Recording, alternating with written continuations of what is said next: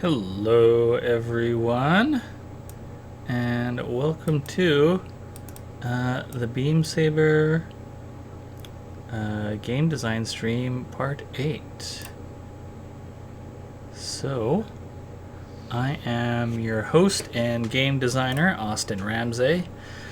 You can find me on Twitter at notaninn, that's Notaninn. And, as always, this stream is presented by You Don't Meet in an Inn, an actual play podcast focused on obscure tabletop role-playing games with a rotating cast. But that is not why you are here today. By the way, my pronouns are he and him. You are here because you want to talk about Beam Saber, which is currently on Kickstarter, which you probably already also know, but for anyone who doesn't, that is at tinyurl.com/beamsaberkickstarter, which I will just quickly throw up in chat. And so, my plan for today is to answer any questions that come up in chat, and also answer any questions I got, via email, and generally look at the history of Beam Saber's development. I'm not going to be doing any active game design at this time. But we will be looking at the most recent public version of the game, version 0.5, so if anyone watching has only had a look at the quick start rules, then this will be, I guess, a bit of a preview for what you're going to be getting once the Kickstarter ends on April 1st at 7 a.m. Eastern Daylight Time, assuming you're a backer. What you're seeing right now is the cover art, which will be updated slightly with the final version. Just, it'll fit the whole page, obviously, and won't have space for the the footer and the header. And obviously on the following pages, the footer and header art will be there. Okay, so I guess if we're going to go over the history of the game, let's jump to the old changelogs. Alright, so Beam Saber was made public on January 22nd, 2018. How much is Beam Saber? Is Beam Saber a Forged in the Dark game? It is very much a Forged in the Dark game. That question is from Real Nate Bob. And, how could I describe it as? I mean, it's certainly different from Blades in the Dark, but it takes the same, mission, then downtime structure, then free play, that Blades and, as far as I know, most other Forged in the Dark games take. That was actually originally, Beam Saber was going to be a Powered by the Apocalypse game. And then I started reading Blades, and I was like, oh, this gameplay structure, this cycle is exactly what I'm trying to evoke, with going on missions and then having time between those missions where you interact with each other and tend to your personal goals and so forth. So I switched over to it being a Forged in the Dark game. If you haven't had a look at the rules, there's going to be a lot that's familiar. Actually, you know what? I think the best way to answer that question is actually to go to a section in the rule. Why am I doing that? I can just do this. Go to a section in the rule book that is, where is it? For those familiar with Blades in the Dark. If you are coming to Beam Saber after having Blades in the Dark or other Forged in the Dark games, this section is for you. It lists some of the less obvious but important differences between the two. Vehicles. Every pilot gets a vehicle, which is a massive war machine the size of a house. Even at their smallest, there's an immense difference in scale between a person and one of these monsters. Pilots can still affect them, but it often requires explosive action to do so, and the blowback can be terrible. That said, there will be obstacles at both the pilot scale and the vehicle scale. Not everything can be solved by having your giant robot step on someone. Drives. The goal of the pilots is generally not to retire to a life of luxury, though it can be, by acquiring wealth. Instead, they pursue something about the state of the world that they want to change. Working towards that gives them the drive resource, which can be spent to change the fiction of the game. Pushing yourself and collateral dice. In Beam Saber, a character can push themselves or their vehicle for +1 die or improved effect. They can also take a collateral die, this game's equivalent to a devil's bargain, for the same benefit. However, in Beam Saber, a player may do both on the same roll. They pay the cost for both and so get the benefits of both. Vehicle quirks. Vehicles don't have stress. They instead use quirks when pushing themselves or resisting consequences. To spend a quirk, when pushing or resisting, the player must say how they use the description of the quirk to gain its benefit. Further, there are no dice rolled when resisting with quirks. The pilot just spends the appropriate amount. Lastly, quirks are never spent when assisting another pilot or for flashbacks. Downtime activities. To assist with maintaining the health of the pilots and their vehicles, players get 3 downtime activities for free during the downtime phase. Assisting and cutting loose. The amount of stress that a pilot has to spend when assisting another pilot varies. Each pilot will have a clock representing their relationship for each other pilot. The more full that clock is, the more stress it costs to assist them, but they also get more benefits. The clock fills by taking the cut loose downtime activity with that pilot, which also removes stress. Repairing vehicles. To remove damage from a vehicle, the repair downtime activity must be performed. Unlike the recovery downtime activity, the pilot repairing the vehicle is the person who must spend their downtime activity, not the pilot who is having their vehicle repaired. So you can have other people, like if you have a technician on your team, which is a pilot playbook, then you might just feed them, ask them to do all of their downtime activities repairing everyone else's stuff because they probably have the best engineering skill or action. Okay, so, alright, let's go back to the history of the game. Alright. So let's see. Changelog for version 1.1, added all the rules for the pilot, added the vehicle. Okay, I think this is mostly just combining the documents into one place. And accessibility by making the type spacing 1.5 per line. Adding touchstones. I really think of the Audio Slave song Set It Off as the opening theme for the game, and Janelle Monáe's Victory as the end theme. I would recommend giving those a listen at some point.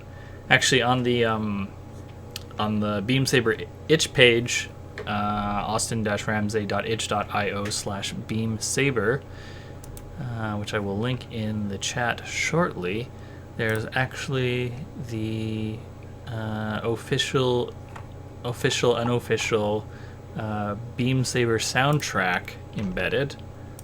If you want to listen to some of the music that I consider inspirational for the game.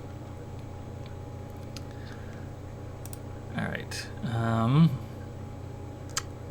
So here is where the bureaucrat playbook got added to the pilot playbooks document, which is one of the quote-unquote new playbooks, because a lot of the so there are 10 pilot playbooks in Beam Saber, and 7 of them pretty closely are pretty similar to playbooks in Blades in the Dark. For instance, the Scout is a lot like the Hound in Blades. Long-range combatant with an assistant who's good at tracking. But there are some key differences, and every single playbook has new abilities, and some of the abilities are rearranged to make them more appropriate to the archetypes. And what else? Oh, and then there's, of course, the 3 entirely new playbooks, the Ace, the Bureaucrat, and the Empath, which are about leaning into the stylings of the mecha genre in specific. So I guess the Bureaucrat wasn't in the game upon its initial release, which is not surprising because it was kind of a weird one to write. It's definitely the playbook that gets the most, like, either a bunch of question marks appear over the head of the person reading them, or someone reads it and gets stars in their eyes. It's very much a you love it or you just don't understand it kind of thing, which is fair. It's weird. Let's see. I did the officer specialist vehicle gear, passenger controlled turrets. Huh. That did not make it into the current version. I don't even remember that. So that's interesting. Things lost to time. Let's see. All right, let's look at version 0.13 from January of 2018. That's when we get the fillable pilot and squad sheets that are spreadsheets that are very useful for playing the game online and are in the playtester resource, or the player's resources section at the start of the rules, and are also linked to in the quick start guide.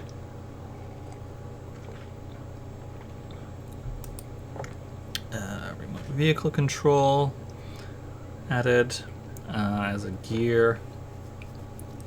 Let's see. Requisition, entanglement. Yeah, that's just rewording. Oh, there's a lot added here. I took out an empath ability called Ghost in the Shell. I think that's now one of the abilities of the Proxy, which is one of the Patreon exclusive playbooks.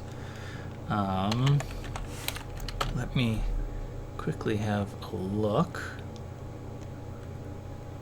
Because there's I have a Patreon, which is patreon.com/Austin Ramsey, and my patrons get access to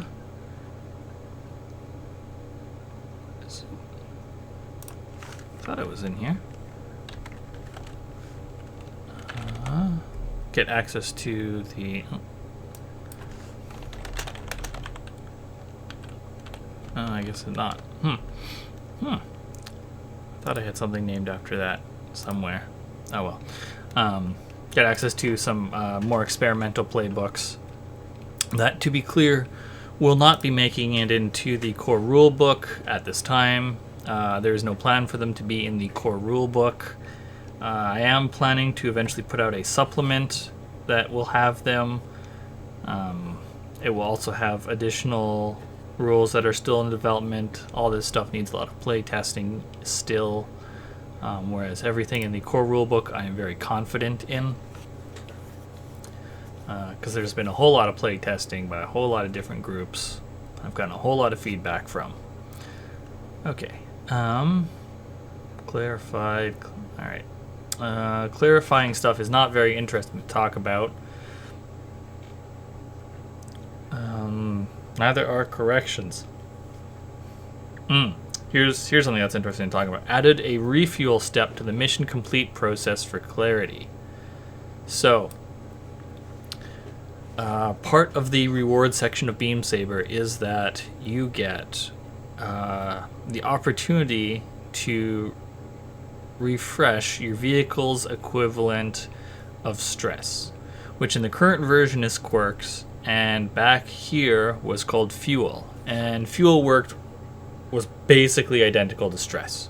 There was essentially no difference between stress and fuel and how they functioned, except that one was for your pilot and one was for your vehicle. But it was difficult to keep up the maintenance of your vehicle and your pilot at the same time, which this was also back when Beam Saber still only had 2 downtime actions per downtime phase per pilot, So that's something that has been slowly worked on to try and find a balance between making players feel the attrition of war and not having enough to work with, while also still giving them enough to work with that the game doesn't feel unfun. So at this point I added a reward, the refuel step, which lets you refuel as part of your reward, so you'd save a downtime activity, but you would still have to spend the resources to do it.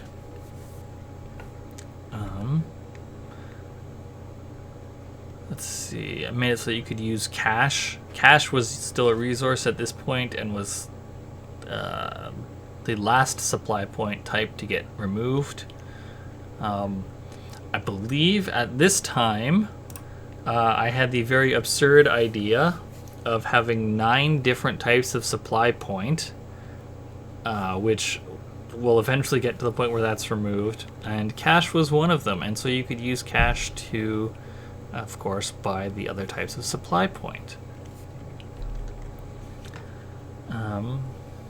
Let's see. Reavers, that's one of them. Oh, there is 8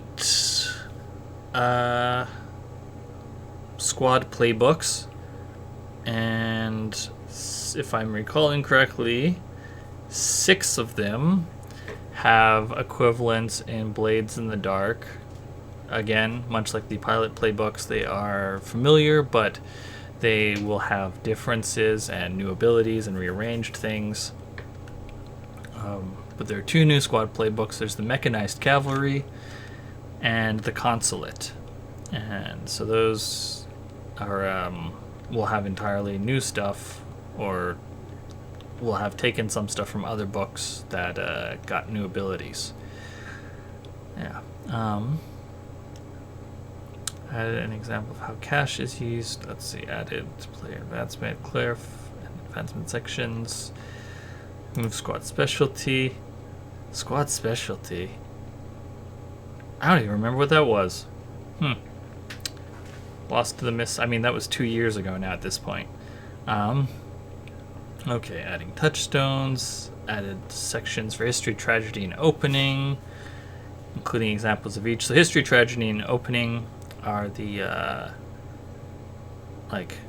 core parts of character creation. They describe how your character is. They provide some actions, and what do you call it? They also give you XP triggers. Each of them is an XP trigger. John Harper says, I'm impressed with your changelog. I never keep one this detailed. Yeah, I don't remember why I started keeping one this detailed, but I'm glad I did, because it has been super helpful for my game development, going back and being able to see what stuff changed when. Basically, just like anytime I still have copies of every single version saved on my computer, and so whenever I started working on, as soon as I published a version, I'd copy it to a new folder, rename it to the next version planned, and then start a new changelog. And you can actually see, we're on page 338, I'll just remember that. At the start of every book, every version, there is the changelog for the current version.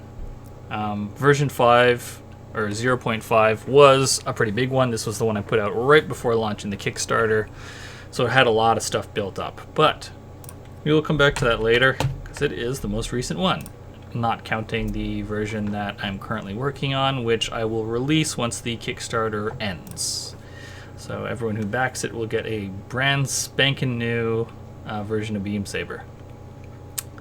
Added a section for beliefs. Beliefs were probably in the game before now, but I'm guessing they just hadn't been properly clarified. They're probably a series of notes. So beliefs, if you have watched the video on the Kickstarter that explains how the rules work, one of the core things is the cut loose connection assist loop, and beliefs are part of that, because every character will have beliefs with every other pilot in the squad. These are inspired by the bonds in Dungeon World, and I think there are probably other games that have similar things, but that's the one that jumps to mind. And so if you struggle because of your beliefs, then you get to mark XP at the end of the session, whether it's a mission or downtime. And beliefs are things that, because you are a pilot and you live fast and dangerous lives, you often have to go with your gut instinct and your first opinion of someone. And that can often be untrue, what you think of them, and cause you trouble. And so if you struggle because of them, you get XP. Alright, there's a bit more to that with, clarify what happens when a relationship clock fills. Okay, so that is in fact what I'm talking about. When your connection clock, it's now called a connection clock. When your connection clock with another pilot fills, then you get to ask them, you both mark XP, and then you get to ask them a question about one of your beliefs, and they must answer truthfully. So that you, and then it resets to 1, and you get to write a new belief based upon the answer that you got about the belief you questioned.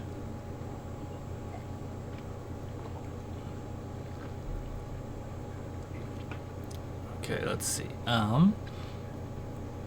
Clarify when fuel and ammo are used. Oh, yeah, so I don't remember what all of them were, but fuel and ammo were 2 of the supply point types that were in the game at this point. I think intel was another one, and medical. Let's see. Guidelines. The mechanized cavalry ability Reavers has been toned down a bit. I don't remember specifically what Reavers did at this point. But I remember it was definitely OP. Now it's that if you have Reavers, if your squad has Reavers, and you spend a quirk to push yourself, the quirk only gets spent if you actually get a 4+ as your result. If you get a 1 to 3, then you get the quirk back to use later. That's what Reavers does now. I think at the time it might have been like you get the die and the improved effects. That might have been what it was after it got toned down. I don't remember what it was originally. Okay, added sections for direct superiors and squad reputation, both the suggestion list. So your direct superior is an NPC that is sort of the mouthpiece for the GM, and also the players, because creating missions is sort of like something that the whole group does at the end of a session. And so the direct superior is how those missions are provided to your characters in character instead of just out of character. All right. Clarifying, added setup, added linked missions, added pilot looks, expanded the squad status section with the information. Move beliefs. All right. Right at this point, we still had trauma and character. So eventually, trauma, I changed that to scars because some people take issue with the term trauma, and I can understand why. And I felt like for Beam Saber, scars was a better fit for the tone of the game. Beam Saber can certainly be very dark at times, especially depending upon what lines and veils your group creates, but scars were a better fit than trauma because they could still represent traumatic occurrences, but could also were basically, it was just a slight touch less dark. And character was just the vehicle equivalent of trauma, which is just completely removed now, made unnecessary by the quirk system, which we'll get to eventually. Average Player Radio says, can you talk about any resources in the book that help new GMs learn how to prep and work with their players? Yeah, sure. All right, what page? Let me pull up a notepad so I can keep track of where we are in the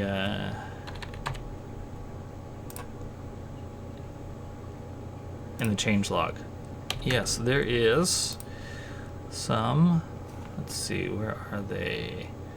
About help new GMs learn how to prep and work with their players. Okay, so there is 3 primary sections, well, I guess 4 sections that are relevant to this question. The first, where is it? Session 0. There's a whole section devoted towards Session 0. Before the first session, with the first mission happens, the players need to have their Session 0. A Session 0 is the foundation for a campaign. It builds both the narrative and, more importantly, social foundations of the game. This section has steps to follow for laying those foundations. So the first thing is lines, veils, and the X card. And we talk about those here and how to discuss them. Lines are things that don't come up in character or out of character. They just don't exist in universe because they're things that are too triggering for the people at the table, and everyone deserves to have a good time. That doesn't mean that there can't be dark themes, but like if someone has claustrophobia as a line, you can have lots of other horrible shit in your game without forcing that player to deal with something that affects them very strongly without having them to face it. And that's part of why veils also exist, which is topics that can come up in play, but don't ruin anyone's fun, but also people don't want to look at directly. It's the sort of thing that the camera cuts away from, but still definitely happens in universe. In my experience, a lot of this is variations on violence, whether it's specific types of harm or specific types of or violence against specific targets, such as eye injuries is a common veil. So that they happen, just no one actually sees the horrible stuff that happens. And then there's the X card, which is a tool to help just stop play if someone is having a real rough time of it. It's certainly not a perfect tool. There's lots of other tools out there, but it is a very easy to understand one and easy to implement one. Then the next thing is discussing expectations with the group, because in my opinion, the number one cause of a bad time at the table is misaligned expectations.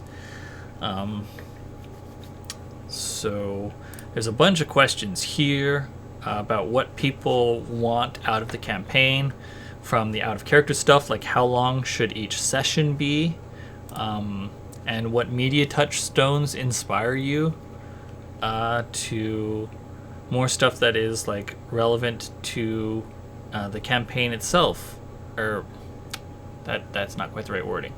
More relevant to the setting and how the game will play, such as how dangerous and gritty should it be. Some people want the character to be threatened by a mugger with a knife in an alley, while others want to fearlessly participate in gunfights. Right? You want to make sure that everyone is on the same page with that sort of stuff. So we ask this big long list of questions, and they should be talked about with the group. And then the last thing is creating the characters and squads,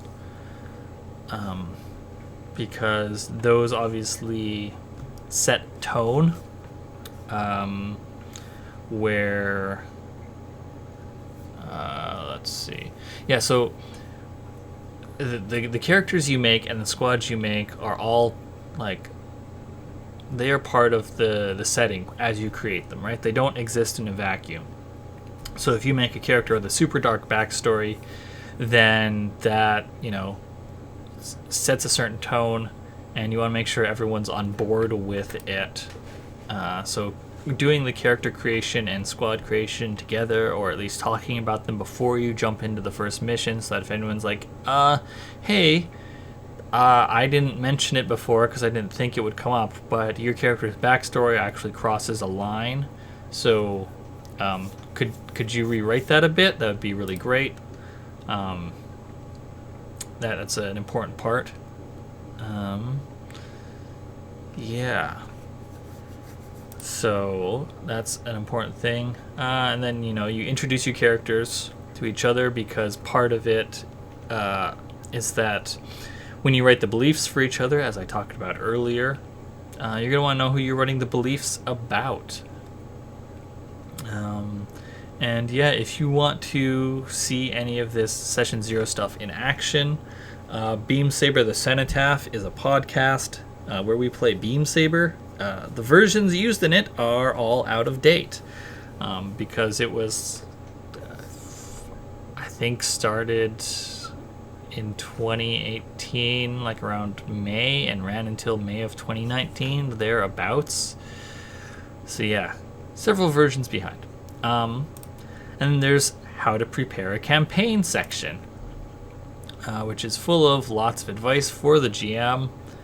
Of note, there's the campaign scale, because, as it says, impactful stories happen across the vastness of space, several regions, and the districts of a single city. Some have a multitude of factions vying for power, and some have only a single faction that the protagonists struggle against. What scale really determines in a campaign is the complexity, not the quality, of its narrative. So the first thing to talk about is the map scale, just how big the physical geography is, what counts as a region being a mechanical unit in the game. And regions can be as small as a district if the map scale is like a single city, or it could be as large as a planet if you want your map scale to be an entire solar system. So this is all talking about what that does, what the map scale means for the campaign. And then there's political scale, which is about how many factions and squads you want to have in a game.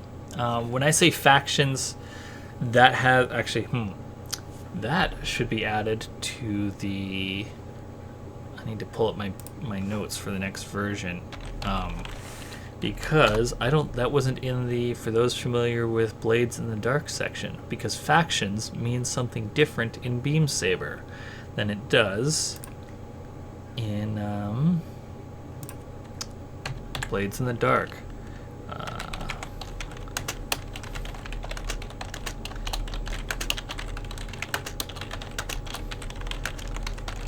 Okay.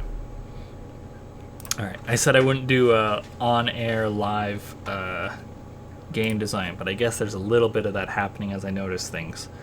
So yeah, factions are these massive organizations, empires, and so forth. And then they direct the squads. Squads are the organizations that are equivalent to Blade's factions. Some are as small as a single person, and some are like massive military groups. So the number of factions that you have in a game very determines sort of the political complexity of a campaign.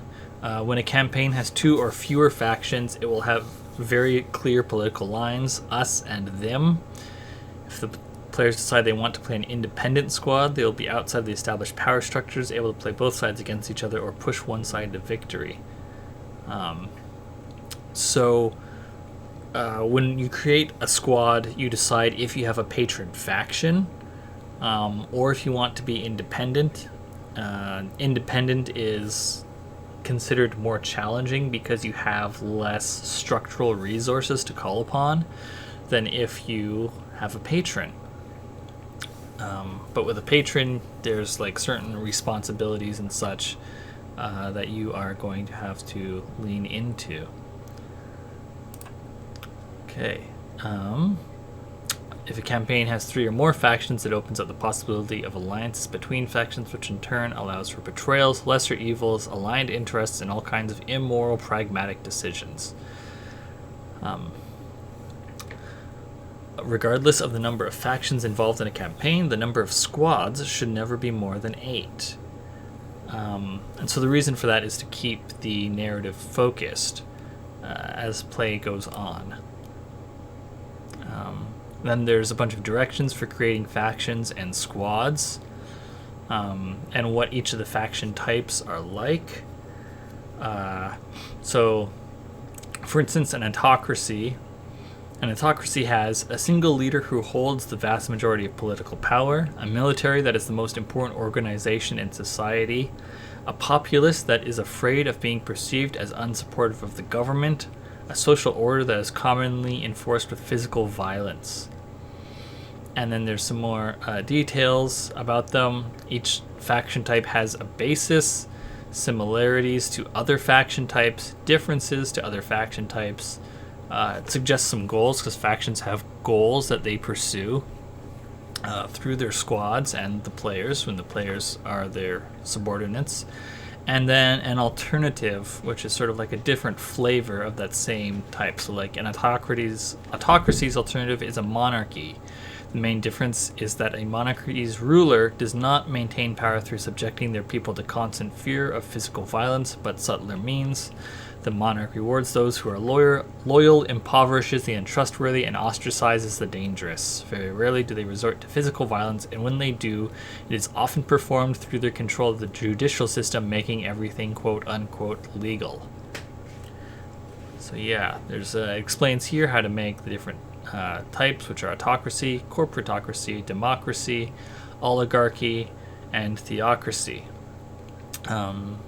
And then talks about the corruption of the factions and some questions to answer about them, corruption isn't a mechanical thing, it's just to give you a good idea of how to position the factions narratively. Then there's advice for creating squads that fall under those factions.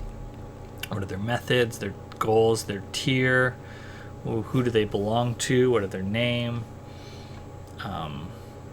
and what squad goals are and how they function. And then it talks about regions and creating those.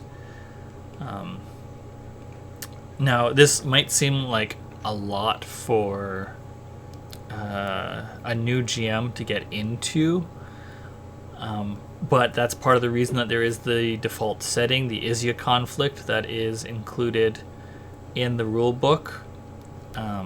There's a taste of the setting in the quick start guide, but the full setting is here and complete. So, and also when you are creating your region, it doesn't regions aren't deeply necessary. They are extremely useful and characterful. And if you want to really evoke an area, they can be extremely useful to act as notes. But you don't need to have figure out a special rule for every single region and have every single region on the map figured out beforehand, before the game begins. Just prepare what's necessary as you go. Next section that is extremely useful for GMs is preparing a mission, since that is sort of the crux of the game, you might say. So this section talks about how those are prepared, the briefing, the employer, the target, the objective, rules of engagement, which are if broken, then they so it's not in this version, but the objective is what must be accomplished for the mission to be considered a success. Rules of engagement are things that will harm the employer if they are broken, but will not cause the mission to fail. And then there's also, it's again not in this version, in the next version, talks about secondary objectives, which are things that will benefit the employer but don't need to be completed for the mission to be a success. And complications are another part of mission. And characters, how to prepare characters for a specific mission, and there's examples here for each of them. And challenges is like a summary of all of the things that could happen during a mission. If you want to see what a completed mission looks like, there's actually a bunch of pre-made missions that are available at beamsaber.libsyn.com, which is where you can also find the what do you call it? You can also find Beam Saber the Cenotaph episodes there if you don't want to look on a podcatcher. And I've put the link in chat to the mission reports. And so there's a bunch of pre-made missions in there if you want to see what the structure of those look like. Most of them are made by me, but not all of them. So people can send in missions that they want to make public and available for other people.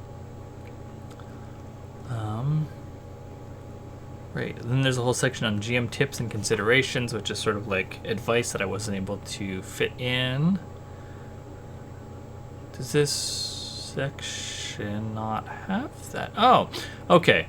So I thought that this was in this section, but next version actually has a section about how to end a campaign, which is not in this version. So that'll be out there in what is it? About a little under 2 weeks. That'll be available to everyone. Well, yeah, to backers. All right. So that is the stuff for starting things out with a new play group. All right. So let's see. Going back to the changelog from early February of 2018. Modified the ace's adaptable ability, removed its second skin, last stand, consolidated. Okay, yeah, so here we go.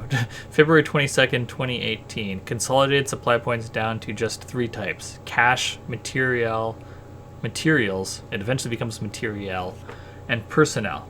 This means all mention of repair, retrofit, fuel, intel, R&R, medical, and fire support points have hopefully been replaced with materials or personnel where applicable.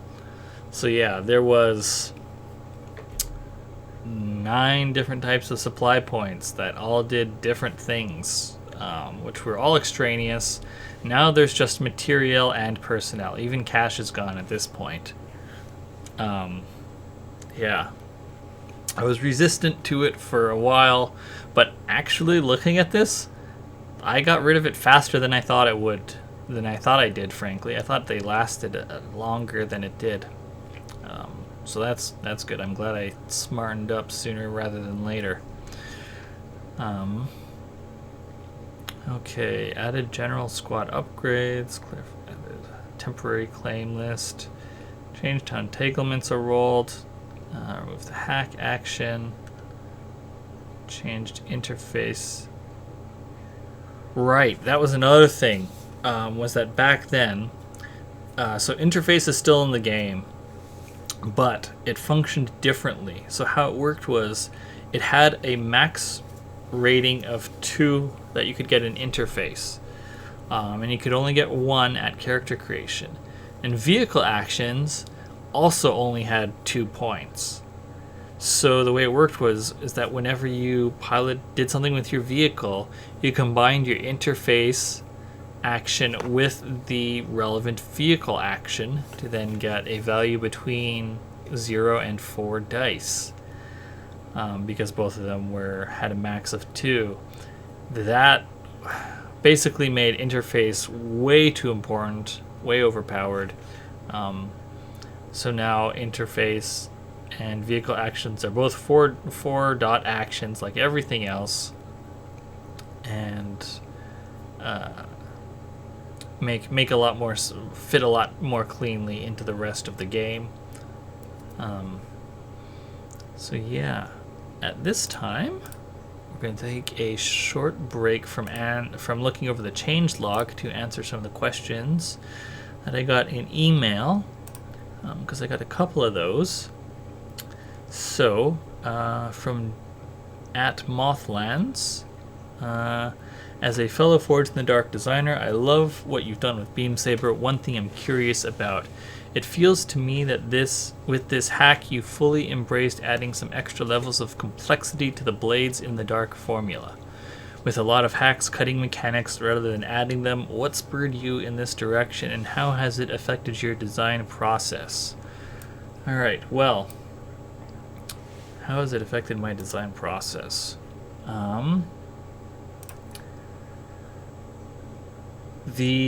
So a key part of mecha media is that there needs to be juxtaposition between pilots and their machines. So different media do that in different ways, right? Like BattleTech, it basically makes infantry like completely ineffective in the face of the mechs in the game, in the series. You now, admittedly, I haven't played the BattleTech tabletop role-playing games, whether the war game or MechWarrior, the RPG. I've only played the computer games and read some of the books, and watched the cartoon. But the juxtaposition there is that people like just can't do anything, basically, in the face of the mechs.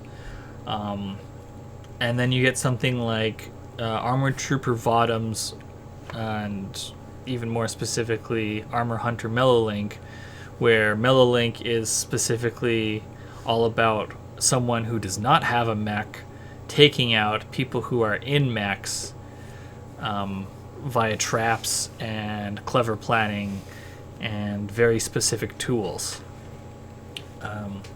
So to me, I was trying to find something where there was still... I wanted something where there was reason to act outside of the vehicle and also in the vehicle, so that, because like it's not... You can absolutely, have a conversation with your rival over the comms while you're both in your mechs, but it's not the same if you never actually meet face to face. You don't get... if you never meet face to face, then you don't get scenes like Char and Amuro having a fucking sword fight in the end of original Mobile Suit Gundam, right?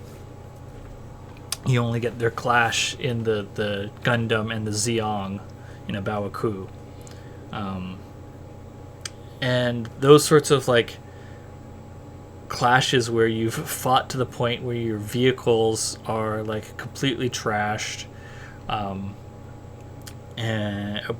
you keep fighting even once you get out of it. Like even Robot Jocks of all things does this, right?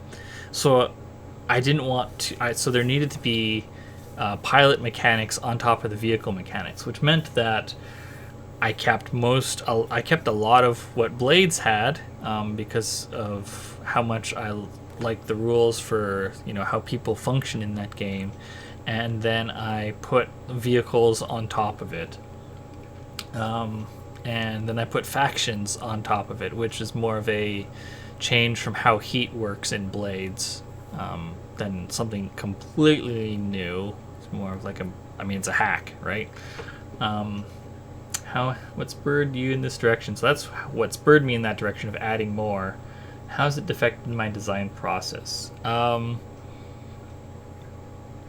It has affected my design process because a lot of it has been trying to maintain clarity across across the line of pilot to vehicle, which has been about trying to find the right balance between making them similar enough that things didn't get overly confusing, and that they didn't feel like two completely different games, while also making them different enough that piloting your vehicle felt different from being your pilot. That's part of where Quirks came out of. I went to Proto-TO, which is a convention in Toronto where you bring your prototype game. It's mostly directed towards board games, but aside from myself, there were two other people who brought tabletop role-playing games to the convention. And so you bring your game, and you can buy a ticket to be a designer or as a play tester, and you just you play games and you give advice. And so I had one play session of Beam Saber there, and I got advice about it. And one of the major things that came out of it was Quirks, which is about like how to make the vehicles feel more different from the players while also giving them more character. Because Quirks still function a lot like how Stress does for the pilots, but it is focused on the narrative designs of the vehicles. Average Player Radio says, Titanfall is interesting to me for that. Pilots are at a disadvantage, but they can turn that around with some clever positioning and whatnot. Yeah, I actually hadn't played any Titanfall games until pretty recently. I want to say like earlier this year or maybe late last year, when I played the second one. But I was certainly aware of them. So Titanfall is not actually a major influence on the game. But yeah, that sort of feel where you can get that sort of comparison, that juxtaposition between what pilots and Titans can do is definitely something I was aiming for. So I hope that has answered Mothland's questions. If you are in chat, Mothlands, or if anyone else at any time has questions, don't hesitate to put them in chat. I am watching chat, and I will answer them to the best of my ability. Alright, so moving on back to the changelog. Let's see. Where were we? Right, we talked about that. So now we're into March of 2018. Right, the empath's hypnotic ability has been renamed Forgettable and moved to the Bureaucrat playbook. So at this time, a lot of the playbook abilities were getting changed and moved around, and new ones were coming in, and a big long list of potential ideas for abilities. So the Bureaucrat can now only use Cook the Books ability once per downtime. That was Cook the Books is an ability that lets you get more resources at the cost of stress, if I'm recalling correctly. So this was basically a limit on how often you could, so that you couldn't just do the loop of burn a bunch of stress and then spend the supply points you just got from Cook the Books to then cut loose and then take a bunch of other downtime activities and have infinite downtime activities. Let's see. At GM suggestion, frontline ability. Okay, so here's like an example of stuff that is slightly modified from Blades, if I'm recalling correctly. So the frontline squad playbook is based on the Bravo's crew playbook, and thus has had the ability Door Kickers, which I renamed to Shock and Awe to better fit the theming of the squad, but the ability is still very similar. So a question in chat from Socrates. I got here late. Did you pitch Beam Saber to RPG publishers before you decided to kickstart it yourself? And if so, do you have any advice for other indie devs who might be looking to pitch their project / kickstart? Yes, I pitched it to Evil Hat back in... When was it? I want to say... Oh, yeah, it was after I released on itch, so it was in 2019. I think it was March 2019. I pitched it to Sean Nittner. Exchanged a couple emails about, like... Or sent him the game. He looked over it. Sent me back some feedback after giving the game a quick skim. Some of it I agreed with, some of it I disagreed with. And so I continued to work on the game for another couple months.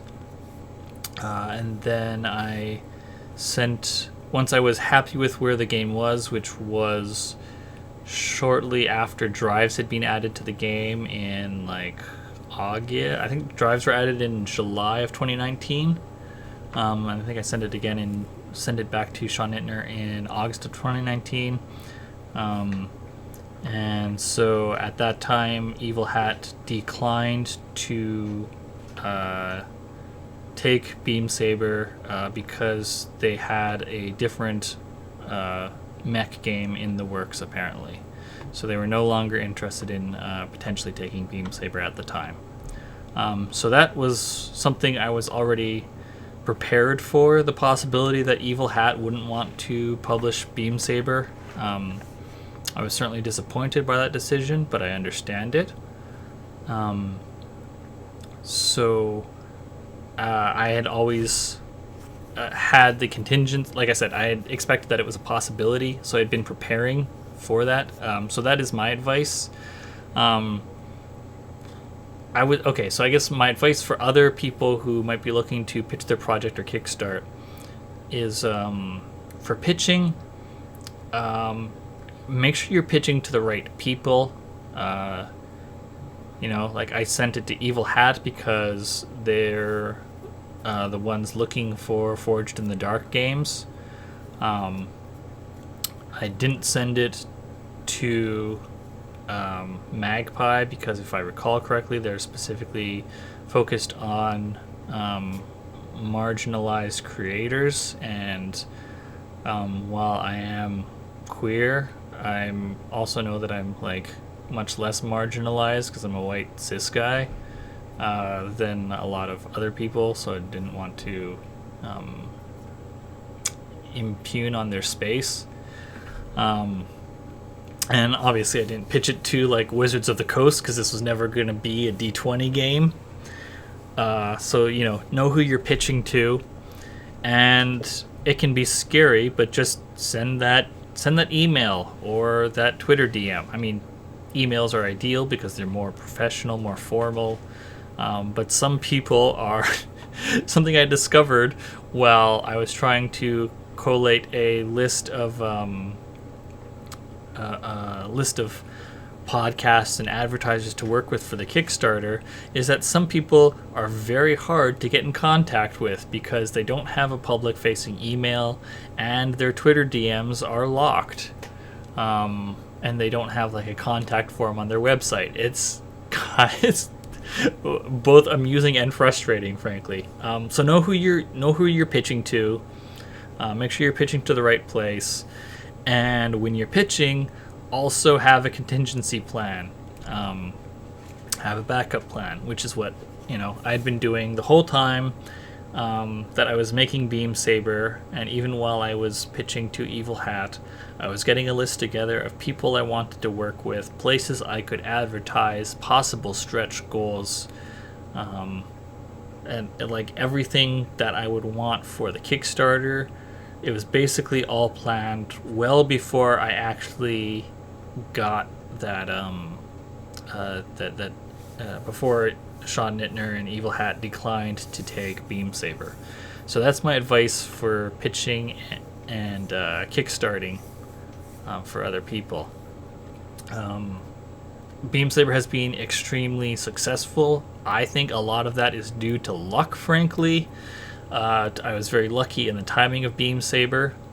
It was it came out in 2018, which happened to be when there was like a groundswell of interest in mech media with Lancer and HBS's BattleTech. And then that just continued into 2019 with Gundam's 40th anniversary and Mech Warrior 5. And Into the Breach was also 2018, if I'm recalling correctly. So, like, I really got lucky with my timing.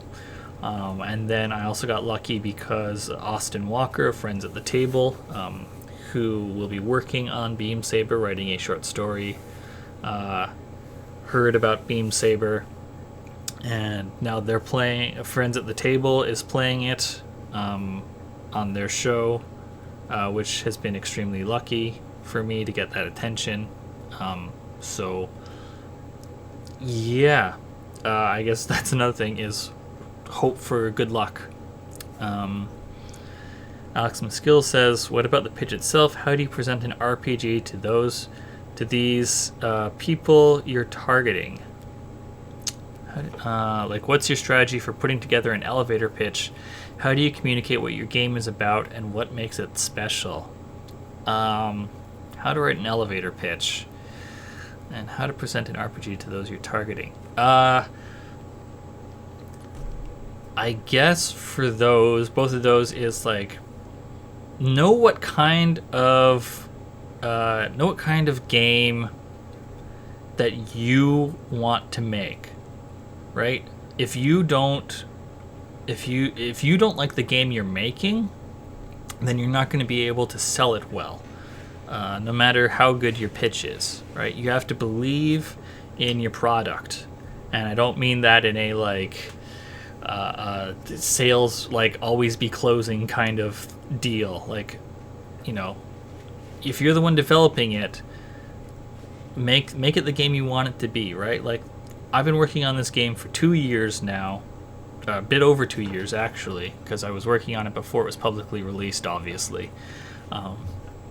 And I've gotten a lot of advice that has been to do things that I didn't want to do, like, reduce the amount of supply points from 9 to less than 9. And some of those I did, like reducing those supply points. But other stuff,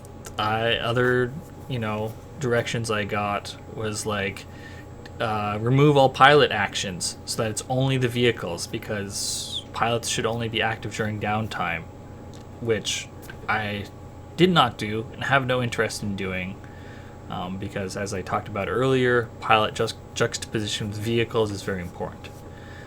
So that's the first thing, is believe in the game, make the game you want to see in the world, right? And then once you've got that, like having touchstones for what the game is supposed to be is very useful, both for getting interest and also for figuring out what the pitch is, right? Like, in the Kickstarter video, I talk about what the 3 primary inspirations are, those being Generation Kill, Friends at the Table's Counterweight season, and the 08th MS team, the Gundam OVA. And so synthesizing those into a pitch is how I ended up with the Beam Saber pitch of it's a Forged in the Dark game about pilots and their powerful machines in a war that dominates every facet of life. There is no winning the war, there is only surviving it, because the organizations that perpetuate are too incomprehensibly huge to take down. Pilots are just trying to do their time and part, then get out mentally and physically intact. Hopefully you can help others get out too. Right? So, once you can synthesize your inspirations and what your game does into, like, basically a single paragraph, and even better, like, you want to lead that paragraph with a single sentence that explains a single sentence that explains that really like summarizes the game, right? Like you open with the thesis of the game and then you expand upon that, right? Forged in the Dark game about pilots and their powerful machines in a war that dominates every facet of life. Sometimes I even cut that off, make it shorter. Pilots and their powerful war machines, and just summarize it even shorter. John Harper says, "Great advice to stick to your vision. I'm so hyped for this game." Well, you see, that advice about sticking to my vision actually came from some game design videos that I watched while working on Beam Saber between Andrew Gillis and a designer named John Harper. So thank you for that, John Harper. Keeping my spine was definitely like the best advice I got for game design from that series, and has served me very well, and is something that I share with anyone who asks me for advice. So yes, Alex Maskill, I hope that answers your question. And let's keep rolling. And again, if anyone has questions, just pop them into chat. All right. So, added Appendix A, which has a bunch of tables for random generation.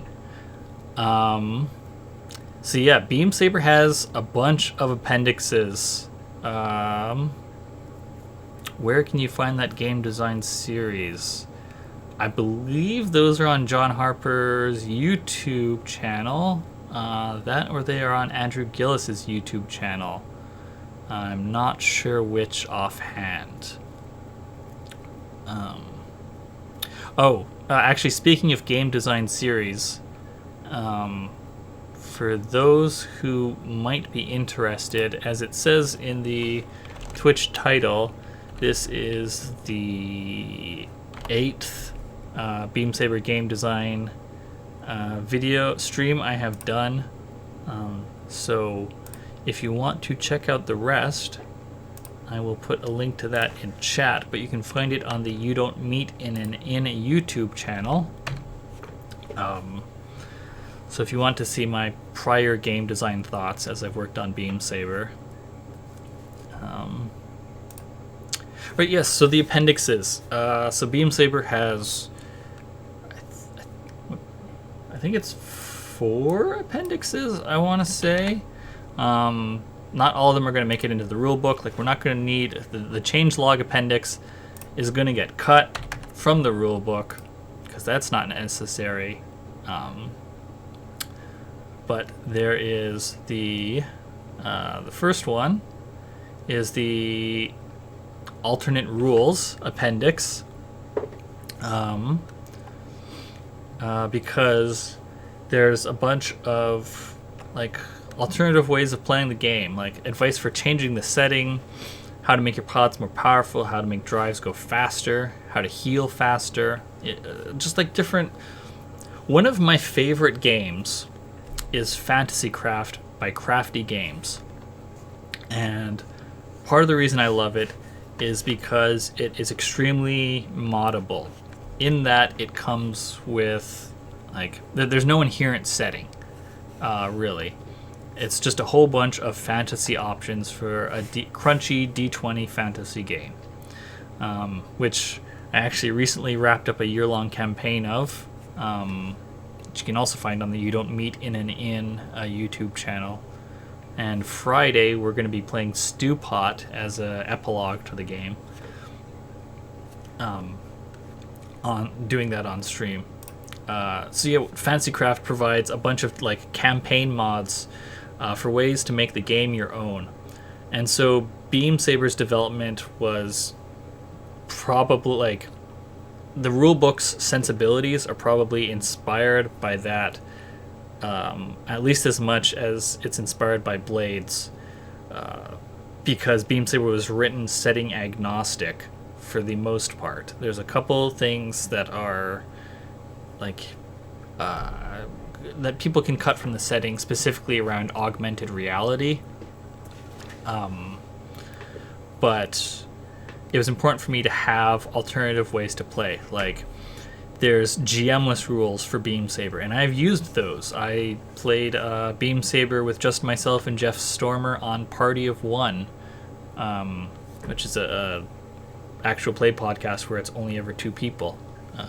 To my knowledge, there might be one with a third person. But anyways, so yeah, there's an appendix with alternate rules. And then there's the random generation section, because some people just want to randomly generate their character. They do not care one iota about their character's backstory, so they just want to roll a bunch of d6s and generate a character. And I've played with people like that at conventions, and you get some really interesting characters out of it. So you can completely generate everything about a Beam Saber character randomly with d6s. So there is a whole appendix dedicated to the tables necessary for that. There's also a faster way, which is I commissioned a Twitter bot, which I believe is Beam_Saber_bot on Twitter, that will generate characters and missions and rivals and allies as well. So lots of fun things to do with random generation. Oh yeah, it also generates squads, your vehicle, mission. The random mission generation was very important because some people, even with the advice about preparing a mission, can have a hard time with it. So being able to just randomly pull stuff up is very good. And then there's future update goals, which I might actually remove because, yeah, most of it at this time is now done or is available for patrons, or will be canceled. So yeah, probably cut that out at some point. But yeah, there's appendix for randomly generating stuff, which got added some point around here. Okay. All right. Added a rival section to clarify the role of rivals. I don't think this is where rivals are quite coming into their own yet. Rivals are actually maybe the one mechanic that I should have talked about. I mean, the Kickstarter video that explains the game is already pretty long.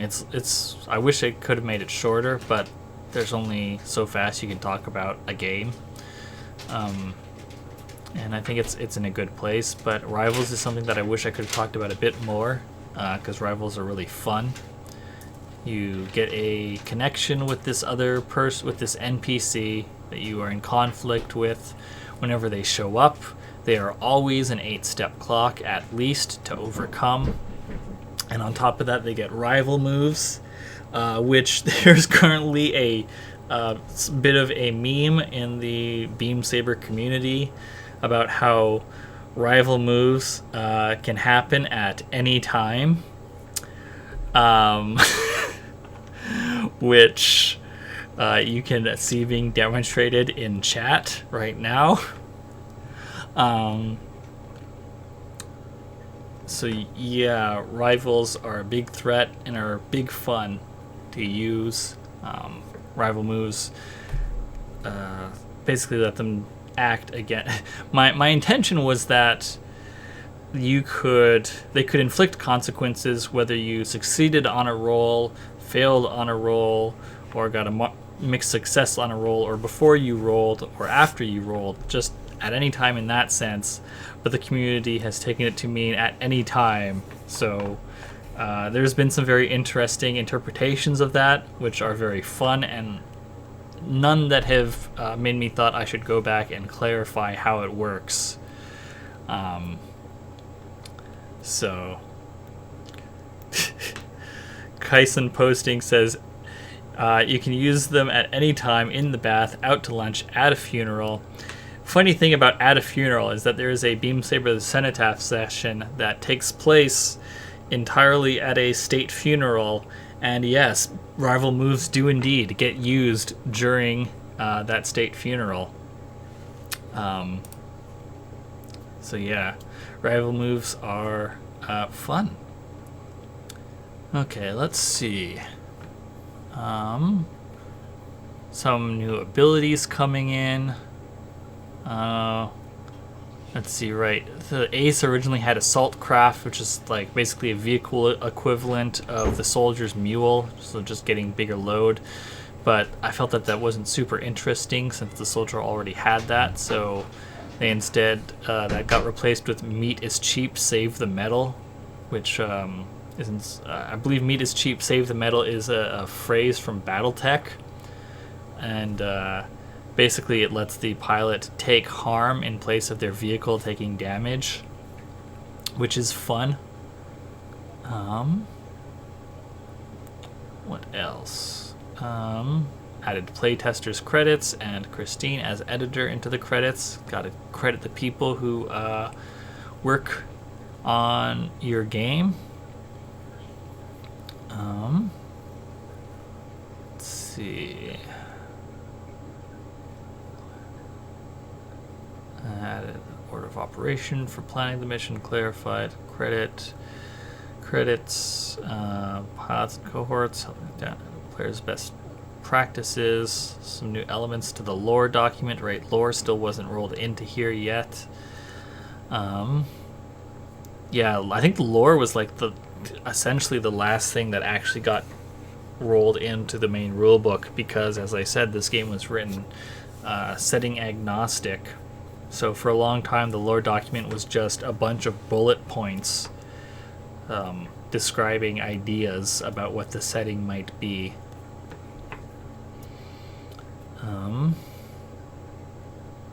Let's see. Changes to how abilities work. Let's see. Changed contain. Clarified, adding. So added in a starting situation, the Fort Jovenel incident section. So a starting situation is like basically, if you don't know how you want to start your campaign, this is where you can begin. This is what the inciting incident is. It provides what kicks off, what moves the Cold War to being hot, so to speak, where the players come in, and also provides a first mission. So that's useful and important to have. Because I think I discussed this on another podcast that I was on to promote Beam Saber, and I think that a lot of games I think a lot of games are written by people who have GM'd for, like 10, 15 years. So a lot of time their GM advice is directed at people who have a similar set of experiences as themselves. And I think that leaves a lot of new GMs and people who are unfamiliar with the mechanics of their game, like, sort of leaves them cold. So having a starting situation, giving the GMs and the players, here is World 1, Stage 1 for you. Go have fun, find your way from here, is very useful. This was a big update. Version 2.5, yeah, okay. Supply point clarification. Oh, right. This was also... So before this version, hackers did not get a vehicle. They got a computer. Which, this was one of those things where I was hesitant to put it in, but eventually did.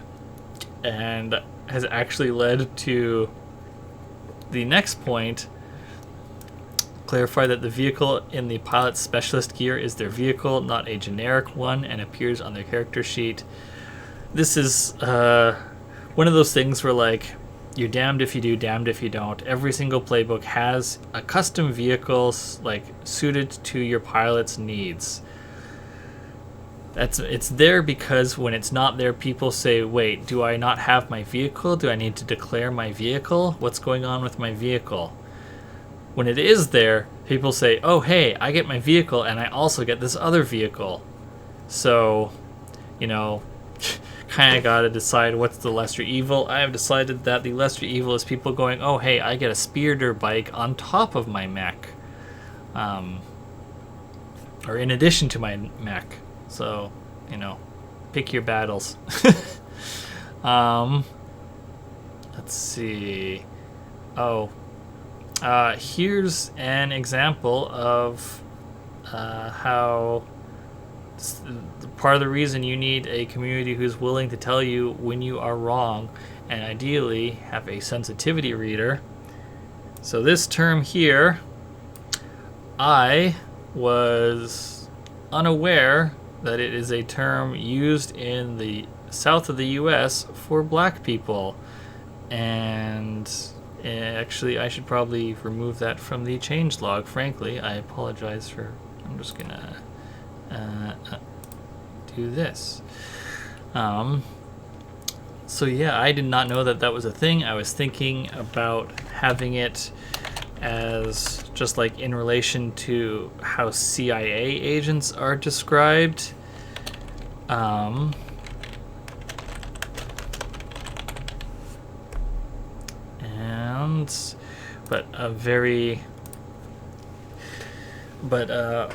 very glad that I was able to build a community within Beam Saber that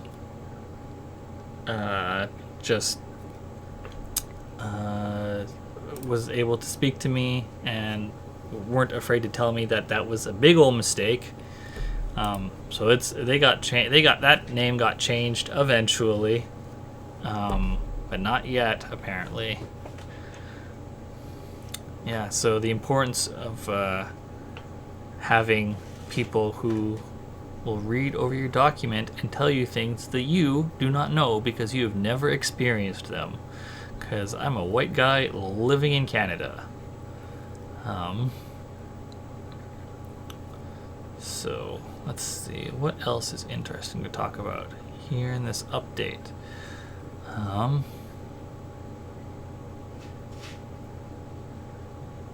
Let's see. Clarifications. Clarifications and corrections and small changes. A lot of this section is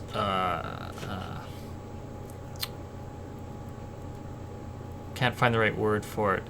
Bringing everything in line. Like you can see, there's find retrieval software to find retrieval program and find programming suite to find coding program.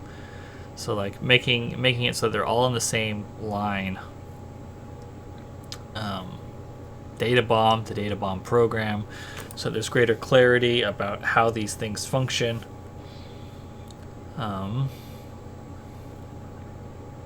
see.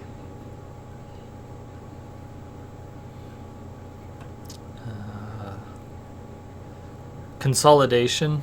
Yeah, that might be the right word for it. Let's see. Clarified that 0 dice rolls cannot crit. There are people who really love it when they crit on 0 dice, which I totally understand. It's a fun little thing, but I personally was not. It was not what I wanted for Beam Saber, right?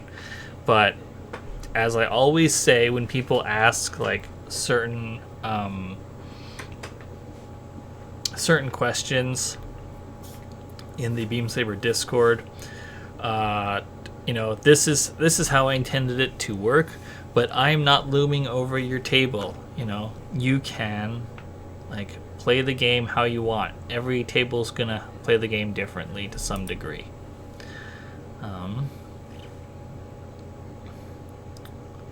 Let's see. Right, okay, so I guess this was probably, yeah, this was the one where it changed from the previous name for the squad playbook. I changed it to Spec Ops. And then in the very next one, I changed it from Spec Ops, which was kind of boring, to the Redacted. Just a black bar. And eventually I have added how to read that, because in the text it's like this black bar. But people were like, what is this playbook called? How do I talk to people about this playbook? So now it clarifies that it's read as Redacted.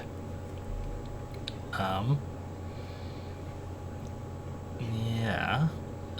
Some more adding in lore. Adding bolding to make things clearer. Links to outside documents. And other outside resources. Added examples. Added some art. Added a section about vehicles in the world. It's obviously very important to talk about the vehicles, but it's also very important to talk about how they affect the setting and how they fit into the setting and the world. So there's a section for that as of whatever the date of this is. August 11th, 2018. Alright, removing trauma. Oh, right, I had a whole section about removing trauma. There was like a whole process that I had at this point, which was like, basically it was 4 back-to-back 8-step long-term projects that were very specific in their goals. I don't remember them all offhand, but there was some that was like, identify the source of trauma. Create healthy coping mechanisms. Learn to live with your trauma. Eventually, I got rid of it because... So it's an example of how when you have rules in a game, it will encourage people to try and use them. And in play, it's an interesting idea. I still have the rules saved in case I want to do something with them. That's actually another thing, is that I never throw out rules. All rules that are removed from the game get put into a document to be saved for later in case I use them. So yeah, if you have rules in a game, people are going to try and use them, even if it's to their detriment. And removing trauma section was sort of that. I like what it did thematically, but it was basically like an action sync, right? Like it was 4 8-step long-term projects back to back that didn't do anything until you completed all 4 of them, right? And then it got rid of a trauma, which had some interesting narrative stuff, but those if someone really wants to remove a scar now, they can do a long-term project for that and pursue it. And you can just figure it out from there, right? And it won't take as long, probably, and you'll still get those same interesting narrative things. So this was one of those things I cut to try and keep the game slim, which is amusing considering the game is 300. This version is 357 pages. But gotta cut the chaff as much as possible, so people don't try and engage with it and ruin their own fun. Camaroninla says, how is the non-combat portions being in test? Sorry, I'm not sure what you mean. More like the playbooks where it feels like riding mechs is less of a focus. How have that been in play? Okay. So different playbooks, obviously, like the Ace is very clearly vehicle focused. Not all of the playbooks are as vehicle focused, but a lot of them have abilities that still apply generally to their vehicle, or don't. Like, some of them specify that they only apply to the pilot. Some of them like make sense for only applying to the pilot. Some of them can apply to all situations. For example, the Envoy's Read 'em and Weep lets you understand the ways in which a person's soul is vulnerable by observing them. And so that can apply even when you're both in vehicles, right? So how is it compared to like people who have been in their vehicles versus out of vehicles? Let me tell you, some people want to be the person who is never in their vehicle and is always fighting against vehicles. In Beam Saber the Cenotaph, there were 5 players across the 2 seasons that we played. And I can name 4 of the mechs, 4 of the vehicles in that. There's the Magpie, there was Bert, there's Hopper, there's the Karasu, and I can never remember the 5th one because the player was playing the Infiltrator and never wanted to use their vehicle. Well, not never, but like use their vehicle so rarely that I can't remember what their vehicle is called. So, and they were still very effective, right? Like, there's still lots of stuff to do even when you don't get in your vehicle. And part of the GM's responsibility, well, it's not entirely on the GM. Part of the responsibility of the players is to make it clear when they want to do more vehicle stuff and when they want to do less vehicle stuff. While the GM should certainly try to understand their players' desires, it's also important for the players to speak up when the game isn't doing what they want and what they want to see more of and what they want to see less of, which is why that's actually let's go to the end of session questions, because this is important. Where are they? And Game Master, crafting.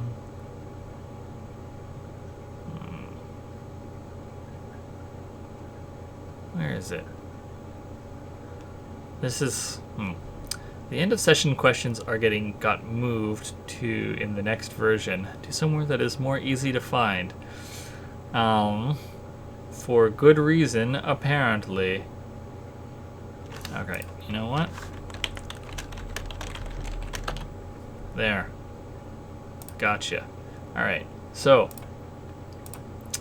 at the end of every session, there is this list of questions. And they can be answered in character or out of character. And this is to help everyone like prepare for the next session. So the first question is, they're not all questions, right? It's a whole process. So check the squad's XP goals, check the pilot's XP goals, and then if the mission was completed, ask the pilots the following question. This is to help plan the next mission. Are you following up on a previous mission's outcome? Is your aim to seize a squad upgrade, hurt the target, aid yourselves, or aid another squad?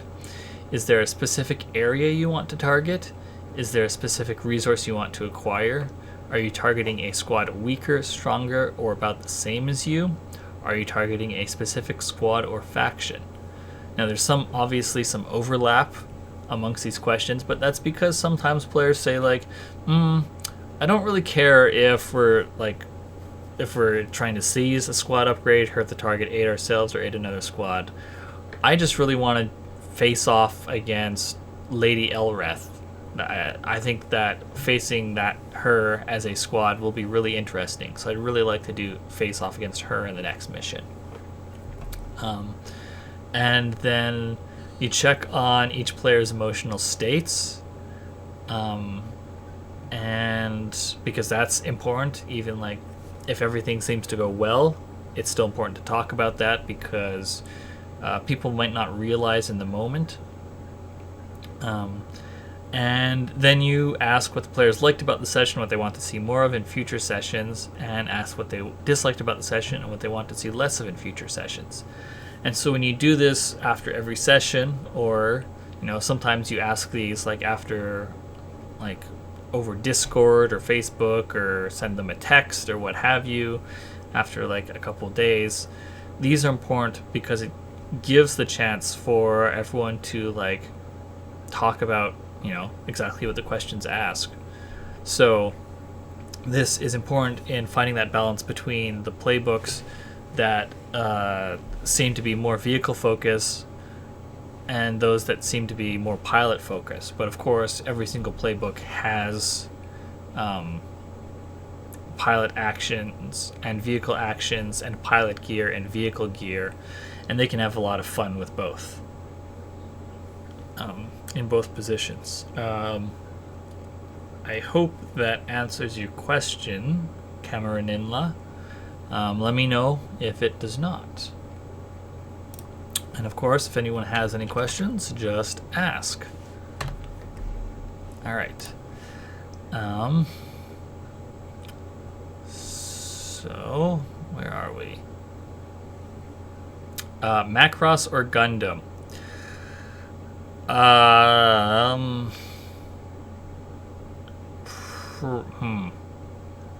Probably Gundam.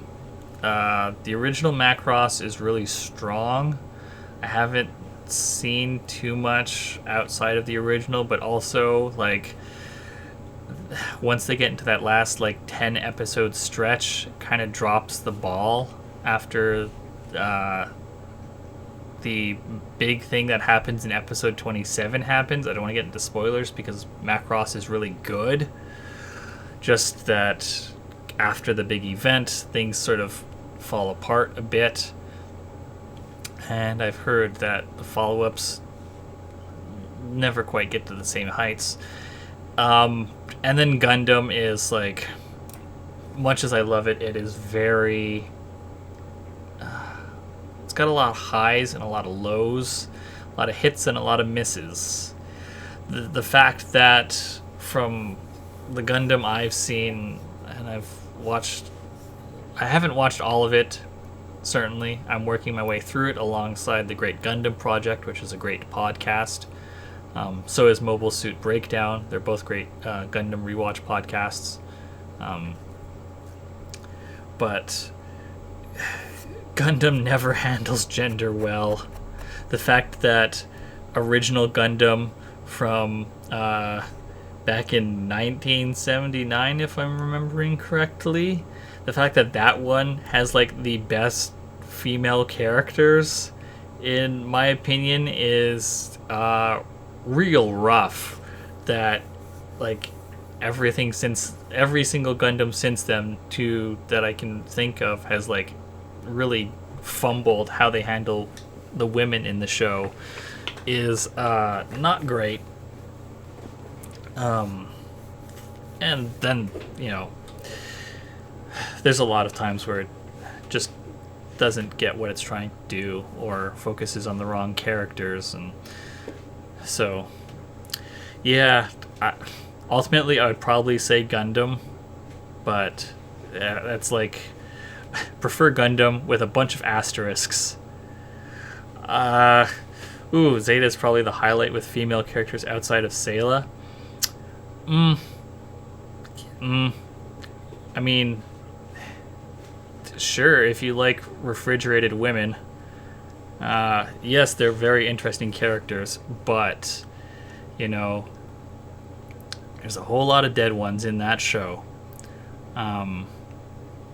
Anyways, this is getting a bit more off topic. There are better places to discuss Gundam, such as the... you don't need to apologize. I engaged as much as you did. But join the Beam Saber Discord, which I've just put the link. I think that should go to the right place, into chat, and that'll what do you call it? There's a channel there if you want to talk more about it with people in the community. We've got lots of good stuff going on in the Beam Saber community, which is, if you want to get to it, if you're listening to this and don't see chat, it's tinyurl.com/beamsaberchat. That's where you can find the Discord for the game. Okay, moving on. Continuing our stroll through Beam Saber's history.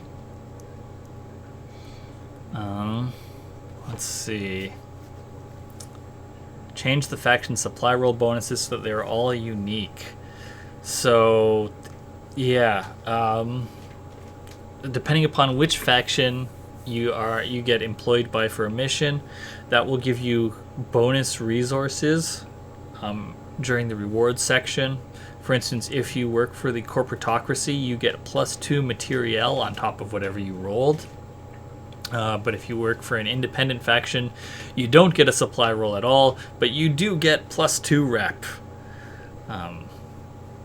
So this was me making sure that they were all different and didn't have any overlap, that they're all unique. Let's see. Modifying entanglements, rearranging results on the entanglements table. That was actually a bit of a challenge, was trying to figure out what the correct order for the entanglements are. Since you roll a number of dice and take the highest results, you want to make sure that the roughest ones are the highest number. And so trying to figure out okay, well, which of these is gonna hurt the players the most was a challenge. So there was a couple different times where I rearranged the entanglement results, and this was part of what made playtesting very useful and having a community I could talk to about it, because I just had everyone, if I'm recalling correctly, I said to everyone okay, rearrange the entanglement tables to what you think how they should be, right? And so that gave me a good idea of which ones people thought were the harshest, which ones were the least harsh. And there's there was some overlap, but there was some disagreement, so I still had to, wasn't I got handed the entanglements by the community.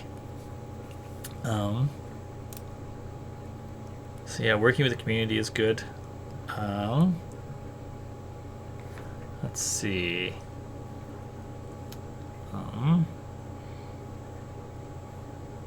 A big challenge with doing this many versions has been keeping the playbook character sheets and the digital playbooks up to date, making sure that I've gone through and updated every single one to be with every single change. It's not so bad when it's just changing one ability on a playbook, but when an entirely new mechanic is added, that can be a pain to try and find the real estate on the playbook sheets that I can get stuff in. Finding the space for quirks was a challenge from what I can recall.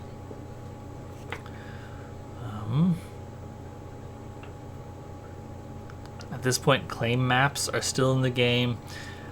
Something I really tried to do was make it so that claim maps in the squad. Oh, hey, before I go to bed, how do you feel about people getting parts of the PDF printed out for personal reference? Obviously, we get the drive-through printing for the full text, but I figure it's worth asking for individual bits. I mean, if you got the PDF and you paid for it and you want to print out sections for personal reference, I have no issue with that. Because the reason that I want people to buy the book is not necessarily so that they have a like a hard copy, but so that they have a nice artifact of play, right? So they have something nice they can look at and show to people. So that's why the Kickstarter exists, not just so that because I'm worried about people, printing out their parts of their PDF. I'm not going to like be surprised if someone tells me that they printed out the entire PDF at Staples or something. I mean, that's what I do right now when I have to take it to conventions. So, yeah. The shipping, hopefully, I'm still waiting to hear back from Indie Press Revolution about the shipping cost issues. Hopefully, I will be able to get that clarified and knocked down. Unfortunately, if you are in Australia, I don't think it's going to improve very much. It might improve a bit, but it's still going to be hella expensive, unfortunately. And same for if you're in Canada, such as myself, or Mexico. I don't think those are going to get any better. Which is part of the reason that I've offered the print-on-demand tier at this time. To help alleviate the costs for some folks, because I know that even if the shipping charges don't change with the PD with the POD, like paying $55 now for the POD and then $40 later for the shipping can be better than paying $95 now all at once. People's finances work in different ways. I get that. I guess it's a bit like putting Beam Saber on layaway a little. So yes, a lot of renaming and modifications here. The bureaucrat's gear was a tricky thing to get because I want to make sure that it was interesting stuff but was still flavorful. So someone suggested that they get like a car boot. So at this point in November of 2018, they get the inhibitor clamp for vehicles. So that's fun. I really like the bureaucrat playbook. So yeah, more clarifications. Oh, this was fun little thing to myself, was replaced the Monastery of the Soft Dark with the Cenotaph in the lore document. So yeah, the Cenotaph are actually going to be like the example squad and pilots in the rule book. 5 of the playbooks currently have art, and they are all the Cenotaph characters that were in the campaign. And then the other 5 playbooks will get art based upon descriptions from those who back at the character backer tier on the Kickstarter. Who gets their character chosen for the pilot? That's going to be based upon what the art needs are for the book. Because I want to make sure that there's a variety of body types and physicalities and physical abilities and ethnicities and genders. So, it's important to have that variety. And so if a bunch of character descriptions from the character backers get sent to me, or a bunch of like able-bodied, strong, white cis guys, there's a very good chance that I will change them a bit as necessary to suit my needs, because that's important to show who you can play can be anyone, because bodies and mechs are an important thematic through line, which I will not get into right now. Okay, let's see. Section changed. Improved effect. Oh, here's something that was actually important to me, was change the soldier ability robot fighter to provide improved effect rather than improved potency. So this was a place where I did slim the rules a bit compared to Blades. In Blades, there's a lot of abilities that are a lot of various things that give you improved potency or improved scale or improved quality. With the idea being that will, or at least my understanding of them being that they will filter through into improved effect for action. So I'm just trying to cut out the middleman rules-wise and just go right to improved effect. Before this point, I pretty sure it was before this point in the changed log, I also made it clear that the most that effect could be great, because there was someone who in one of the early play groups was able to stack effect to such an absurd degree with their character that they were hitting at like tier 10 or something from tier 0, from a tier 0 squad, just because everything had stacked up so high. And at the time it wasn't clear, like, okay, well, like, how does that work? Do we just like add more ticks to like clocks when it successfully when a 6 is rolled? Like, what goes on here? So now it's clarified that maxes out at great effect, and the only way to get better than that is to crit. But yeah, improved effect instead of improved potency and so forth. Though, to be clear, potency and quality and scale are still in the rules. They are just in the GM section alone about giving the GM guidelines on how to determine effect in play. Let's see. What else is next for interesting stuff?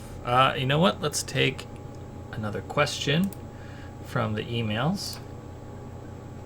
So this question is from Michael Elliott, who says, while working on my own hack of Blades in the Dark, I've noticed that over the course of development that I sometimes change a mechanic only to realize I have made it too complex or redundant and revert it back.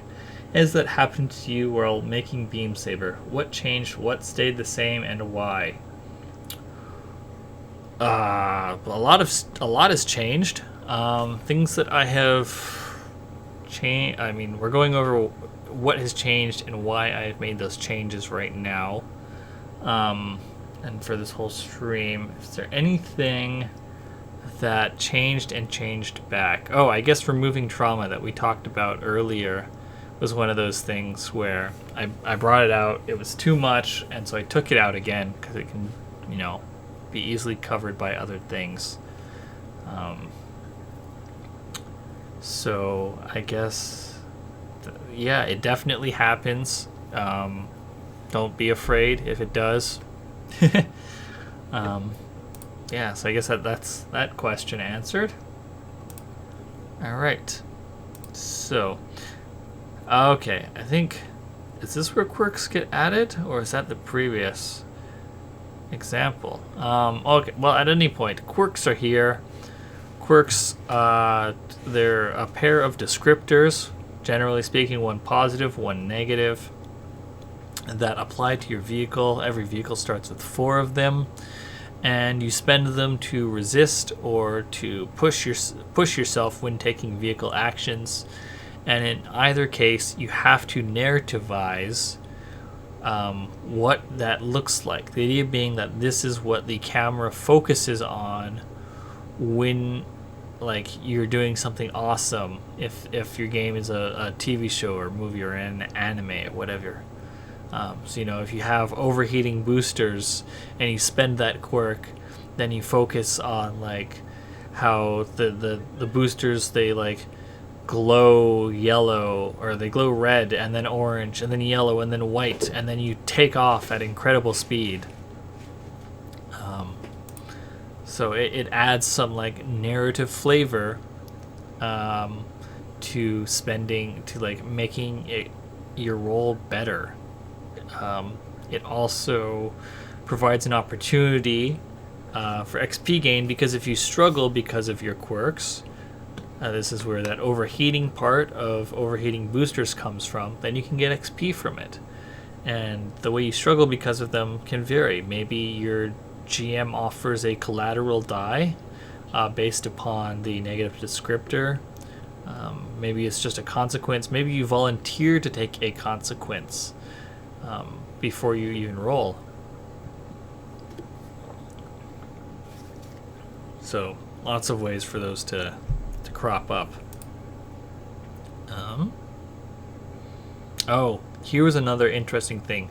Rolling a 1 on entanglements now lets you choose between the usual result or roll on the next better table. So one of the complaints I got from playtesting was that once you hit a certain level of negative relationship with one faction, then you just keep rolling on the same entanglement table over and over and over again, and so you always keep getting like the same set of entanglements, and it's kind of boring.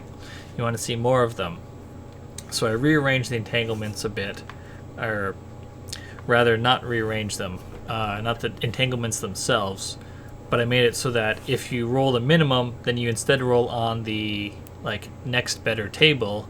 And on top of that, I made it so that the middle table was the one most likely to be rolled on because it had the most numbers involved in it for the entanglements,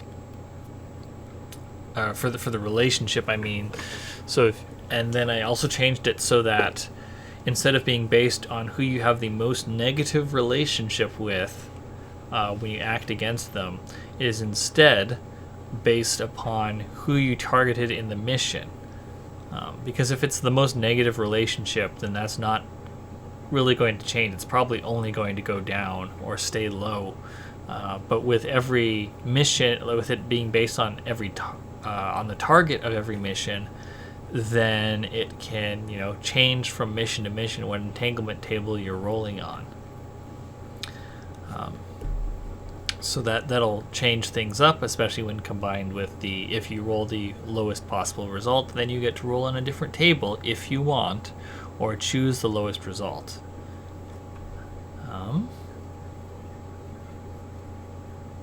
Let's see. Adding in quirks also caused like a lot of things to have to change, because anything that had to do with resistance rolls now changed. Since vehicle resistance rolls were gone.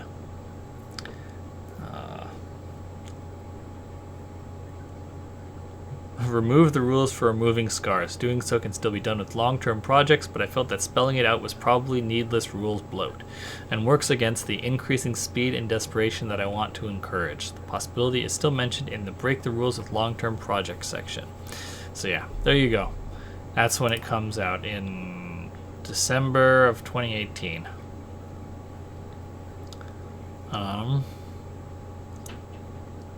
Right. With quirks also came the rearrangement of certain. Adding quirks changed a lot of stuff. Arcane Sandwich says, will there be a downtime action to contend with squad rep, or is that reserved for long-term projects? That's going to be reserved for long-term projects. Yeah, that's basically all it is. How long those long-term projects might be will be determined like on a case-by-case basis with your GM. The reason that working with trying to improve relationship with a faction gets its own downtime activity is because factions are a whole thing, right? Like, they're a big old organization, slow to change, and they're always going to be slow to change. So I wanted to emphasize that by having its own set of rules, instead of just being like, okay, well, you can do a long-term project for either of these. So using rules to enforce certain beliefs about the game.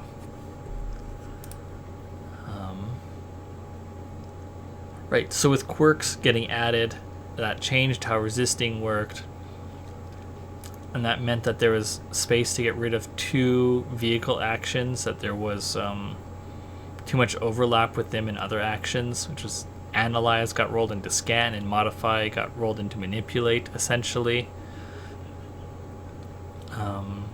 Plus, both just didn't get used very often, according to playtest feedback. And that made the quirk resisting system work better, since it's you spend quirks equal to 4 minus the points you have in your vehicle attribute. So if there was 4 actions per vehicle attribute, as there was at the time, then it meant that theoretically you could resist with 0 quirks spent.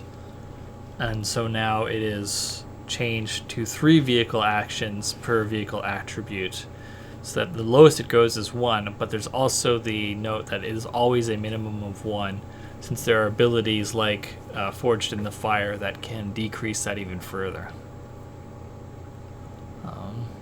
February 18th, 2019, added alternate rules for GM-less play.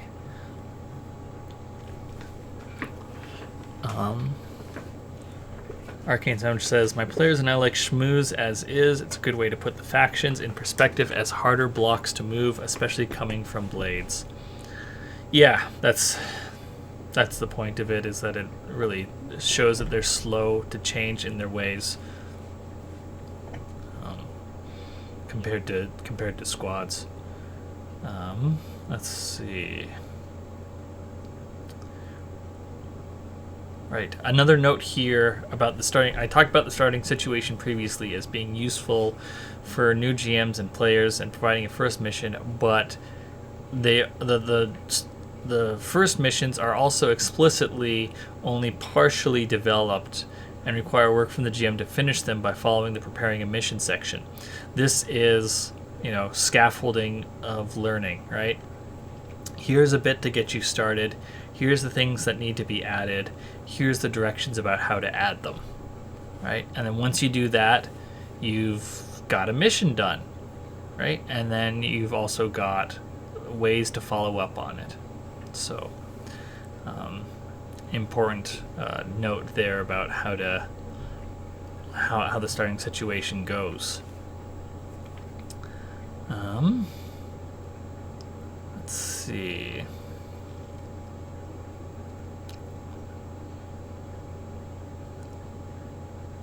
Speaking of schmooze, clarified that schmooze is a fortune roll that uses actions and not an action roll.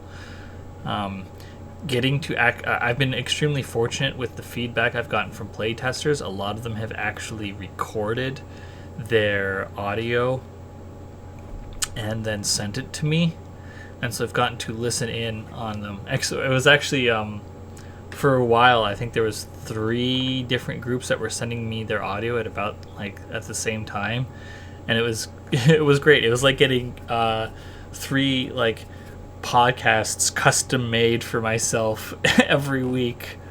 It was very nice to have that kind of attention, I have to say, which might explain my current existence, where when I try and listen to other Forged in the Dark games on actual play podcasts, I can't help but feel like, well, why aren't they playing Beam Saber? Even when it's completely unreasonable for the type of game they're playing, and even when I'm having fun with them. So, let's see.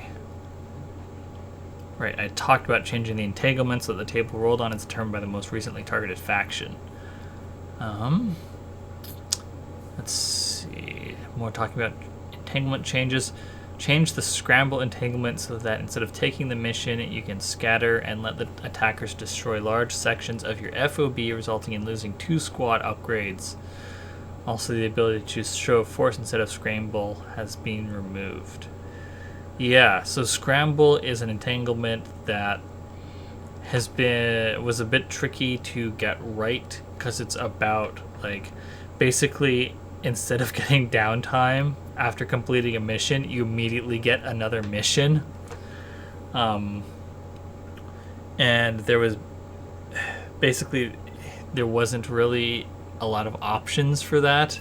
And one of the playtest groups rolled back-to-back scramble entanglements. Because even after a scramble, you still go through like the normal process of reward, trust changes, and entanglements. And they just were like, no, we're not doing that. I don't care. We're re-roll it. So that was something that I definitely wanted to include, was the surprise attack from the enemy on your base, but it was a bit tricky to get right. I'm pretty happy with where it is at now. Right. Let's see, what else is there? Clarifications, renaming, art adding. Let's see, stuff getting replaced, added. Let's see. Oh, here was something that stuck for a while. Obviously, was life support, was vehicle gear. For a long time, vehicles were not like seen space where they'd flood or wouldn't be vacuum proofed, and you had to take life support as load, which was one of those things I should have changed earlier, but didn't. But now I'm happy with where it is. So it's just not. It was just one of those things where like I was trying to convey a certain level of grittiness that ultimately just made things like a bit harsher than needed.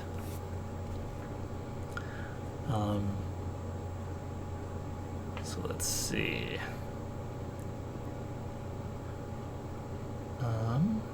What else is interesting to talk about here?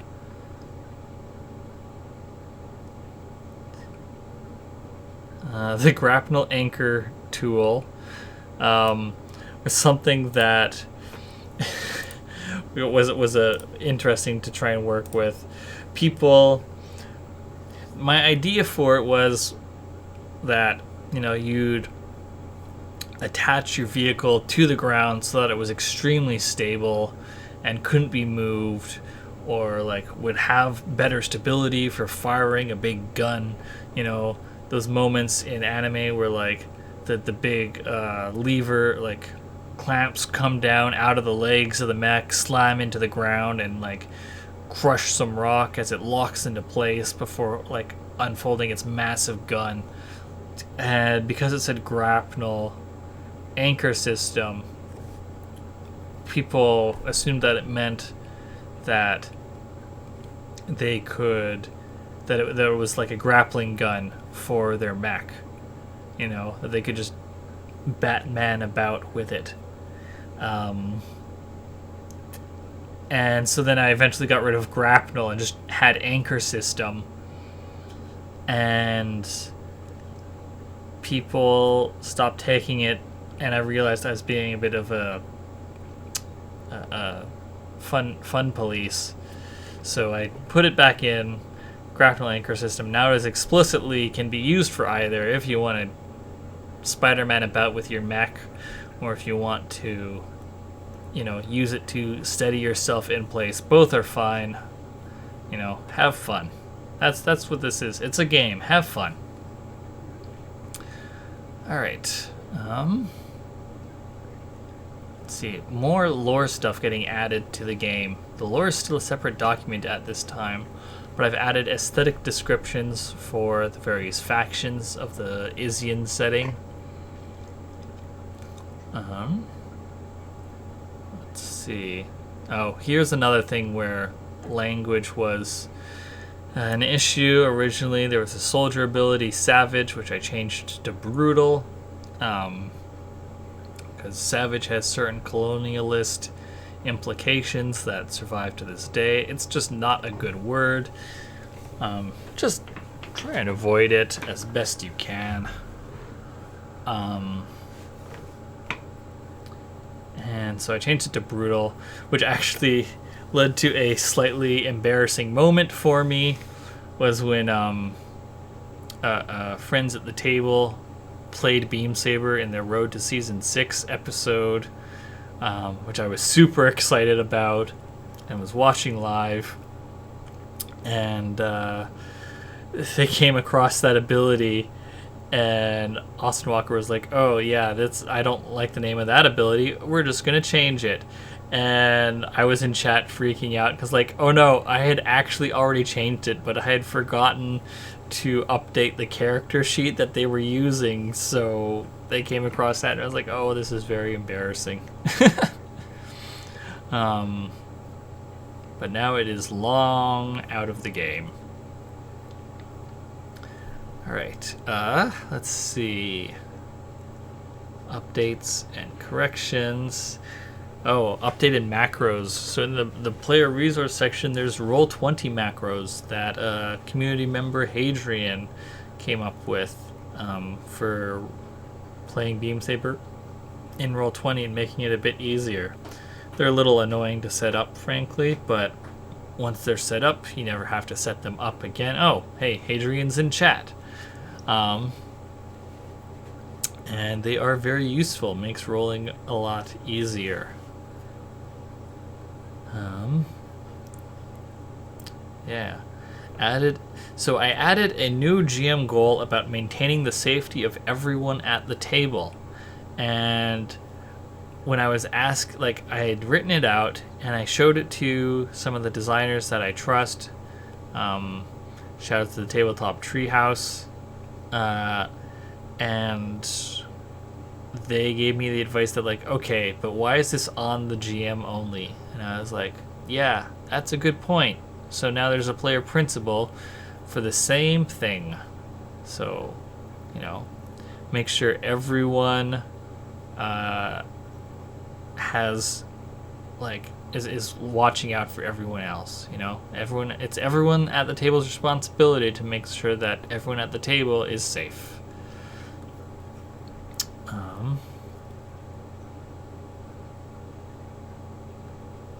Let's see.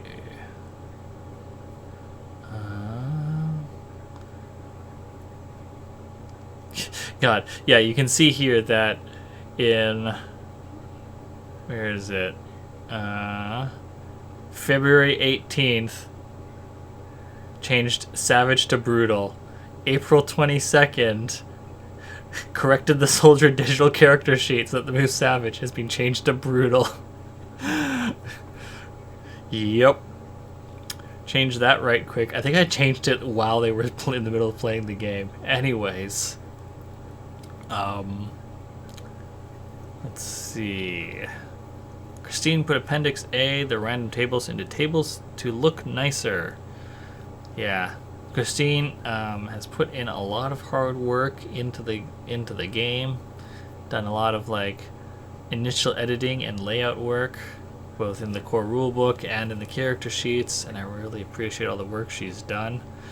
And she won't let me pay her, so let's work towards getting that stretch goal where she will finally let me pay her, because I would very much like to pay her for her hard work against her arguments. Let's see.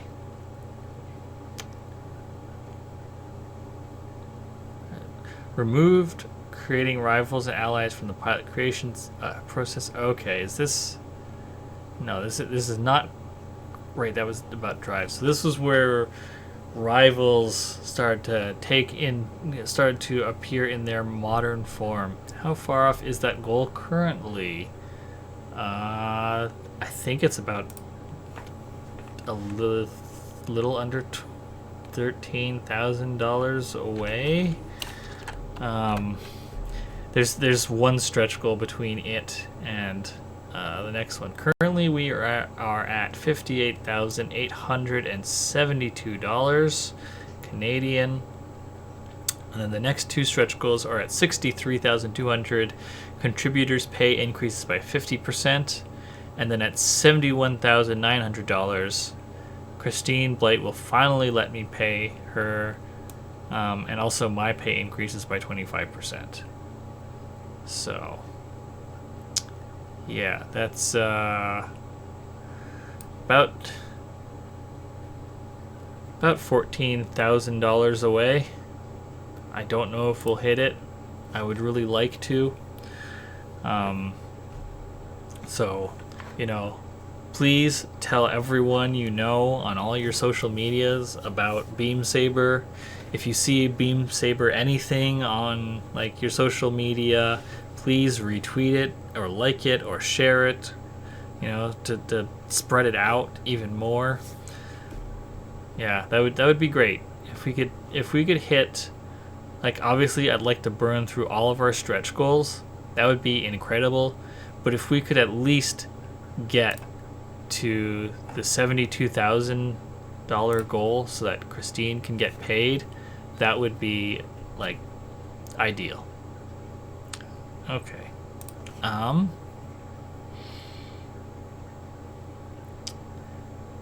Right. So change the empath's ability, share the burden to carry that weight, because it now has an extra effect, letting the user push or assist after action rolls. This is an ability that still needs a bit of work, because people in the Beam Saber Discord has asked, what do you do if it's 0 dice? How do you handle that? I'm going to say that you just reroll with 1 die. It would suggest that, what if you just take the higher of the 2 dice? But I realized that, and I really like the simplicity of that change, but that also makes it incredibly powerful. Since that makes it so that you can switch 0 dice to 2 dice with a single push or assist after you see the result. So that's a bit much.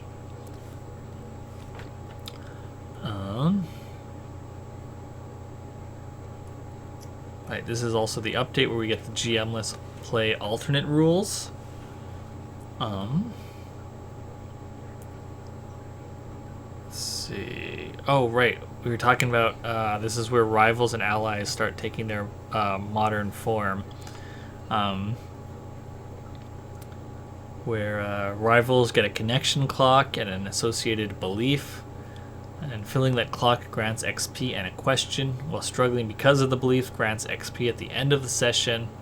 So rivals are a very good source of XP. Since you get XP for helping to defeat them, you get XP for struggling against your belief with them, and you get XP if you complete their clock. Your relationship, your connection clock with them, that is.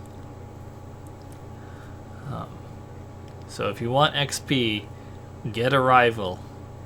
Enjoy those rival moves. Right. Also, another reason I changed the empath's ability's name to carry that weight was just so I could get a Cowboy Bebop reference in there. Because Cowboy Bebop is good. Right, here's where pilots now get 3 downtime activities during the downtime phase instead of 2, because I didn't account for the added upkeep requirements of needing to maintain a vehicle and a pilot. This should free up some time to let pilots pursue long-term projects, schmoozing, and other non-maintenance activities. Honestly, this is probably the rule I still forget about the most. Recently, I went back on Party of 1 to do downtime for the game that we did earlier, and I said we got 2 downtime activities, and that was I think we recorded back in November or December, maybe January. Anyways, not that long ago. I still forget that you get 3 downtime activities instead of 2. Let's see. Something that you can do, though, this was actually a concern, is that some people are worried about how long downtime is going to take if you have 3 downtime activities. So I added a tip for GMs to combine the narrative of multiple downtime activities to save time if necessary.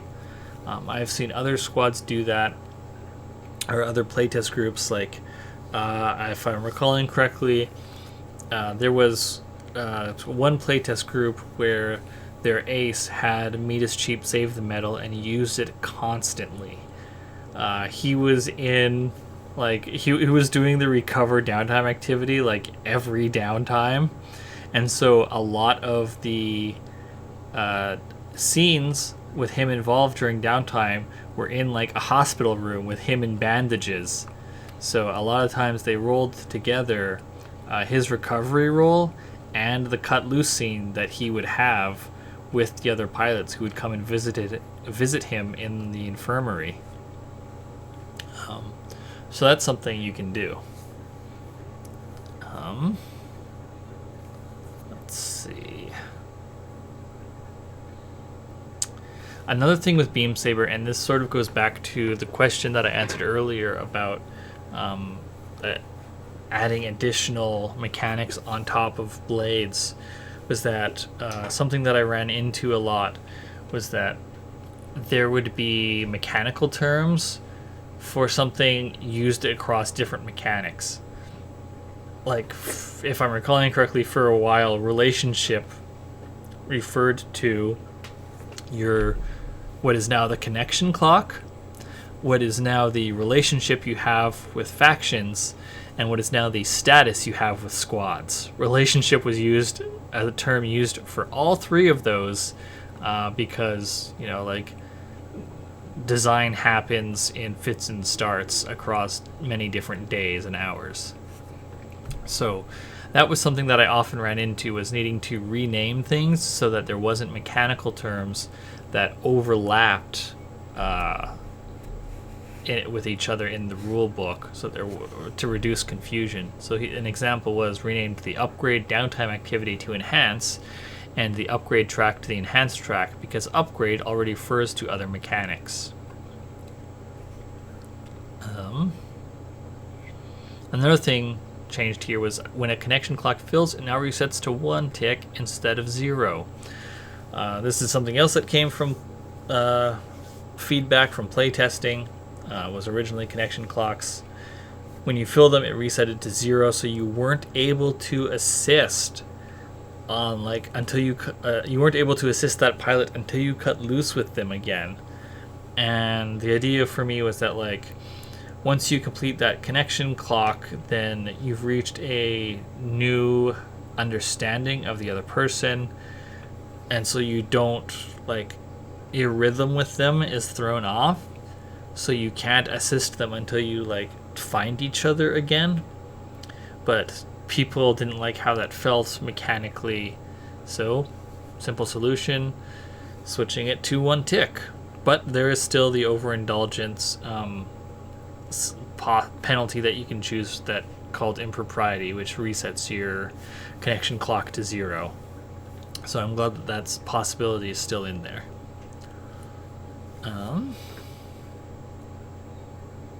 Right. So this is where, looks like I forgot to put in dates for this one, for the next two. Created how to prepare a campaign section, and because that was something that a lot of people wanted advice on, and I still think it's some of my best game design writing in the rulebook is the how to prepare a campaign section. I was really unsure about it for a long time, but seeing people use it and getting feedback on how it's been used has been affirming that I did a good job with it. I think this is also where... Oh, no, claims are still here, but capturing regions was removed. And eventually claims get removed as well, so that they just, various benefits of claims just become squad upgrades, because it becomes less important to actually control and hold territory in Beam Saber than it was initially. Again, one more example of things like smoothing out rules, simplifying them some, because there's already enough meat in here.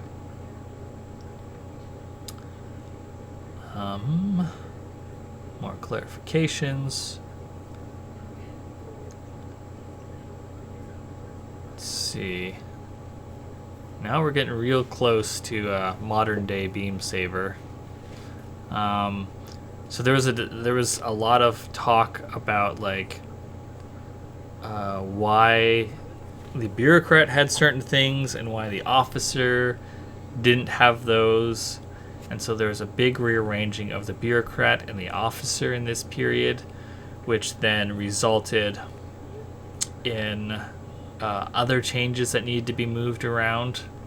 um, and knew that, so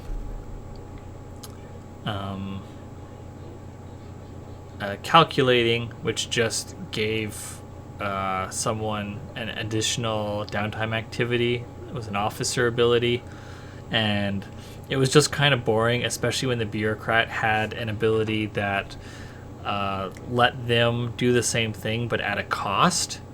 And they could do it the bureaucrat could do it as many times as they wanted. The officers calculating only did it once, and so it was like a passive bonus.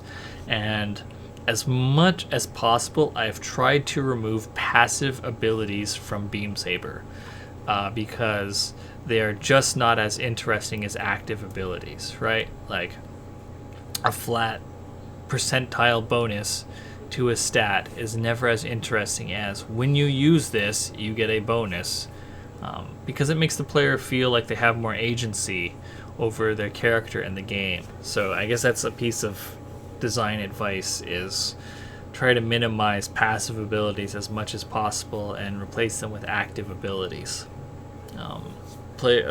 Abilities for players should just passively increase over the course of play, not because they choose a specific ability, is my opinion. So we got rid of calculating and replaced that with leader, which was a soldier ability.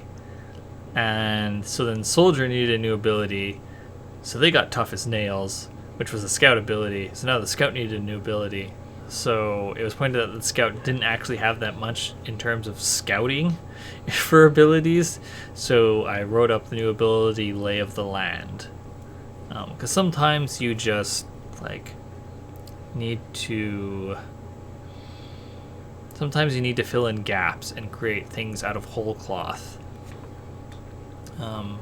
Also, by this point, drives are into the game. I've talked about this before. The creation of drives was real wild. One of the pieces of advice that I got from Sean Nittner was that cash should be cut from the game.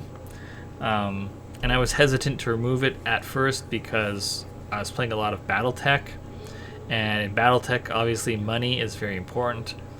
But then I started thinking about, okay, what does cash actually do in Beam Saber that it couldn't do, or that other things couldn't do? And ultimately, the answer was the only thing it did that was unique was that it affected what your character's epilogue was going to be via getting stash. So I thought about it and I was like, all right, that's determining your character's epilogue. What actually determines a character's epilogue in the media that inspires Beam Saber? And the answer was basically never money, right? So it's generally, did that character achieve the goals that they wanted to? And thus, the idea for drives was begun. And so I don't recall what exactly I said, what I had at the time, but I proposed this idea of we need a new mechanic for epilogues, and it should be based about pursuing things, or pursuing your what you want to change in the world. And then I basically logged off of the Beam Saber Discord because I have a very specific sleep schedule due to my job. And I woke up to a couple hundred messages in the Beam Saber Discord over several hours, stretching well into the early morning hours, of people hashing out what drives might be. And it was just this incredible flurry of game design from the community. And so I looked over it and saw there was good stuff there and stuff I didn't want.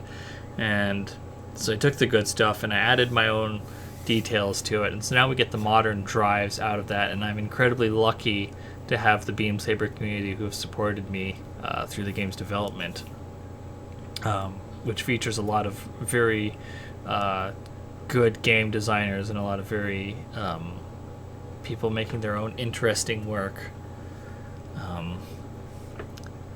So yeah, drives are in the game by this point. Let's see. What else is interesting here? Small paragraph. Updates. Expanded on the load types.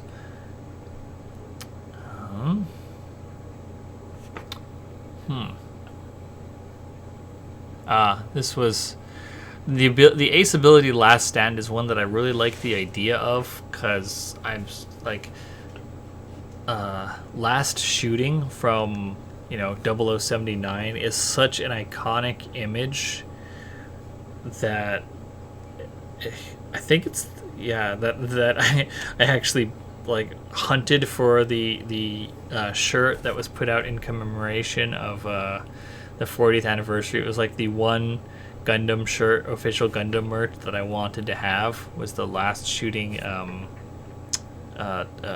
mosaic, because it's such a good image.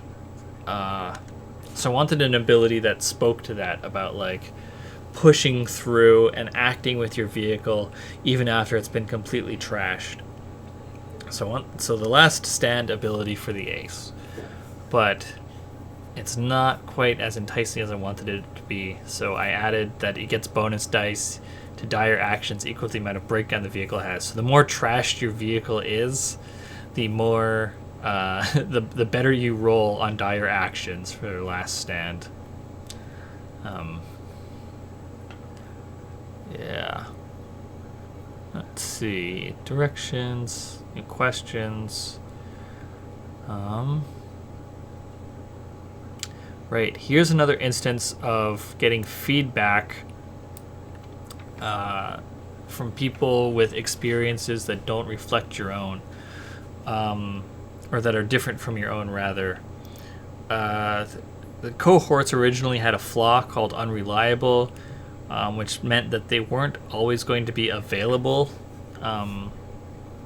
to act, potentially. And suggestions were like, oh, they have another job, or they are like can't be trusted to show up, or they have a chronic illness. And so some people with chronic illnesses like reached out to me and told me that, hey, like, calling this unreliable, like, that doesn't make me feel, that makes me feel real shitty about like my life situation. There's got to be a better way to word this. And so it was changed to obligation, because it's the same idea. Sometimes these characters aren't available to assist, and it's not because they are not because they are shitty people necessarily, or it doesn't imply that they're shitty people, rather. So if you can show this game to people who aren't like you, so that you aren't including problematic language that you weren't aware of.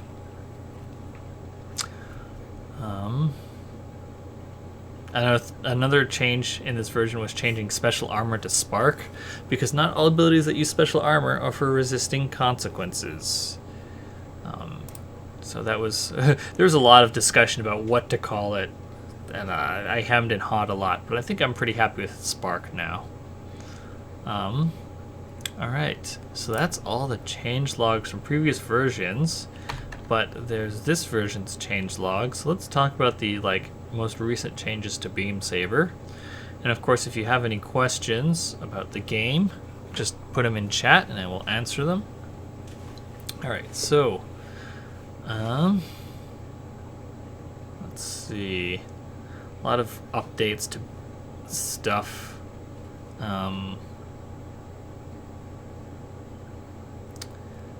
Right, claims got removed at some point prior, and they basically became squad upgrades to simplify things, and because grabbing territory was an unnecessary complication that got added as a holdover slash Beam Saber update to the rules. It's one of those things that I added that I eventually pulled out again. So, yeah, that got pulled out and simplified. Let's see, clarified. Let's see. Right, here we are. Clarified that that is read as redacted. Because I definitely want to keep that, but people are like, how does this, how am I going to read this? Let's see. Added descriptions of future art to their locations in the book. I am really happy with the art that the game has. And in fact, you can see at the top and bottom, header art is a space battle, and footer art is a ground battle. Currently, Vincent Patrick, who is the artist for the game, is working on those, and since y'all are here, I am going to show you the current versions of them to give you an idea of how it's supposed to look.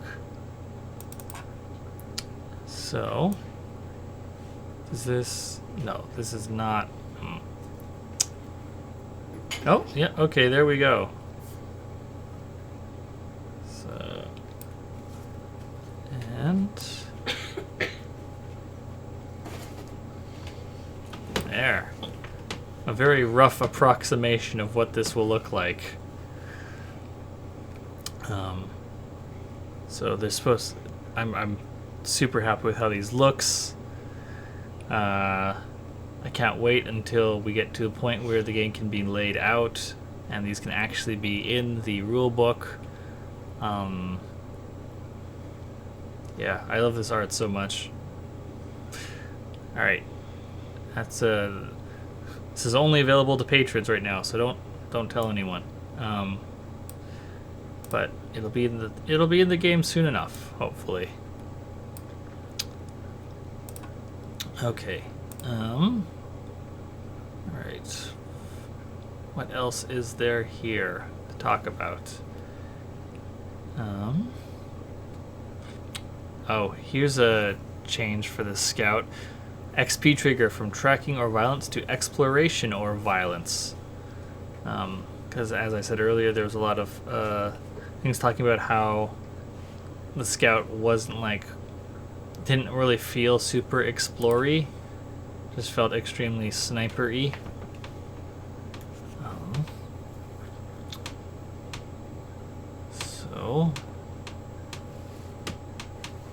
Oh right, and new art came in with this version.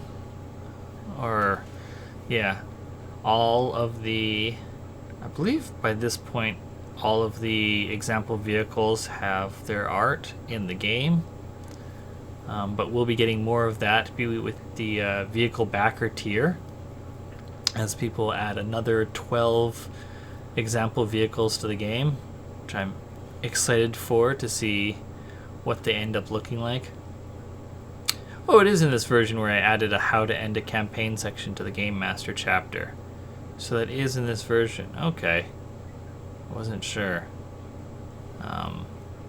When you put out so many different versions, you tend to forget what is and isn't in the game over time. Especially over 2 years, more than 2 years of working on it.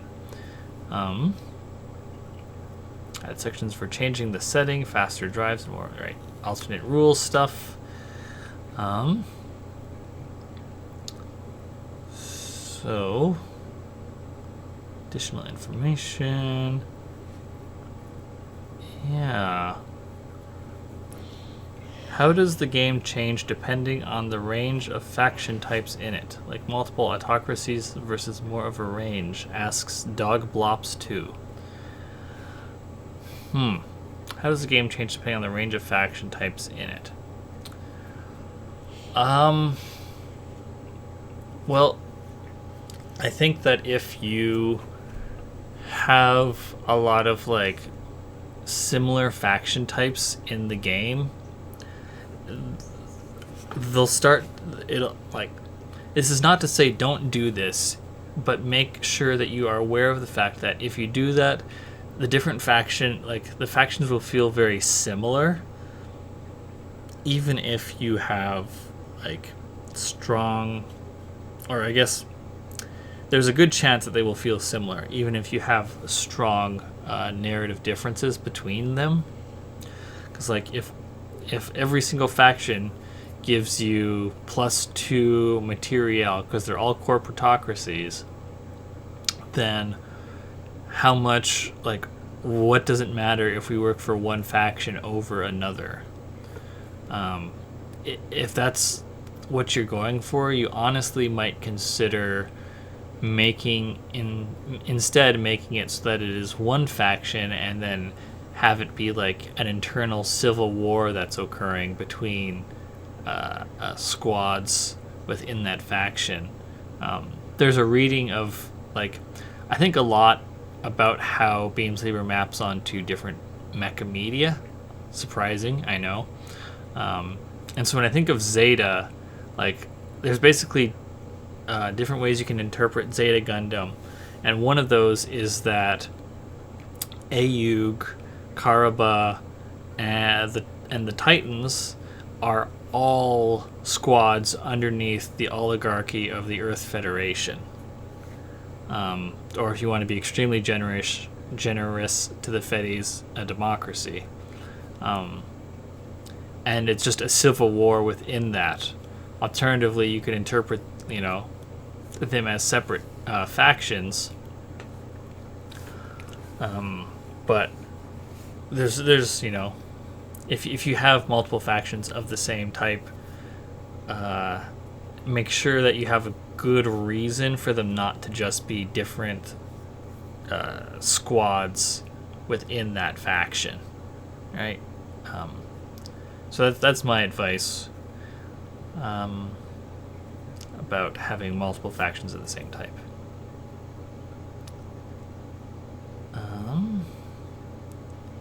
I hope that answers your question. Right.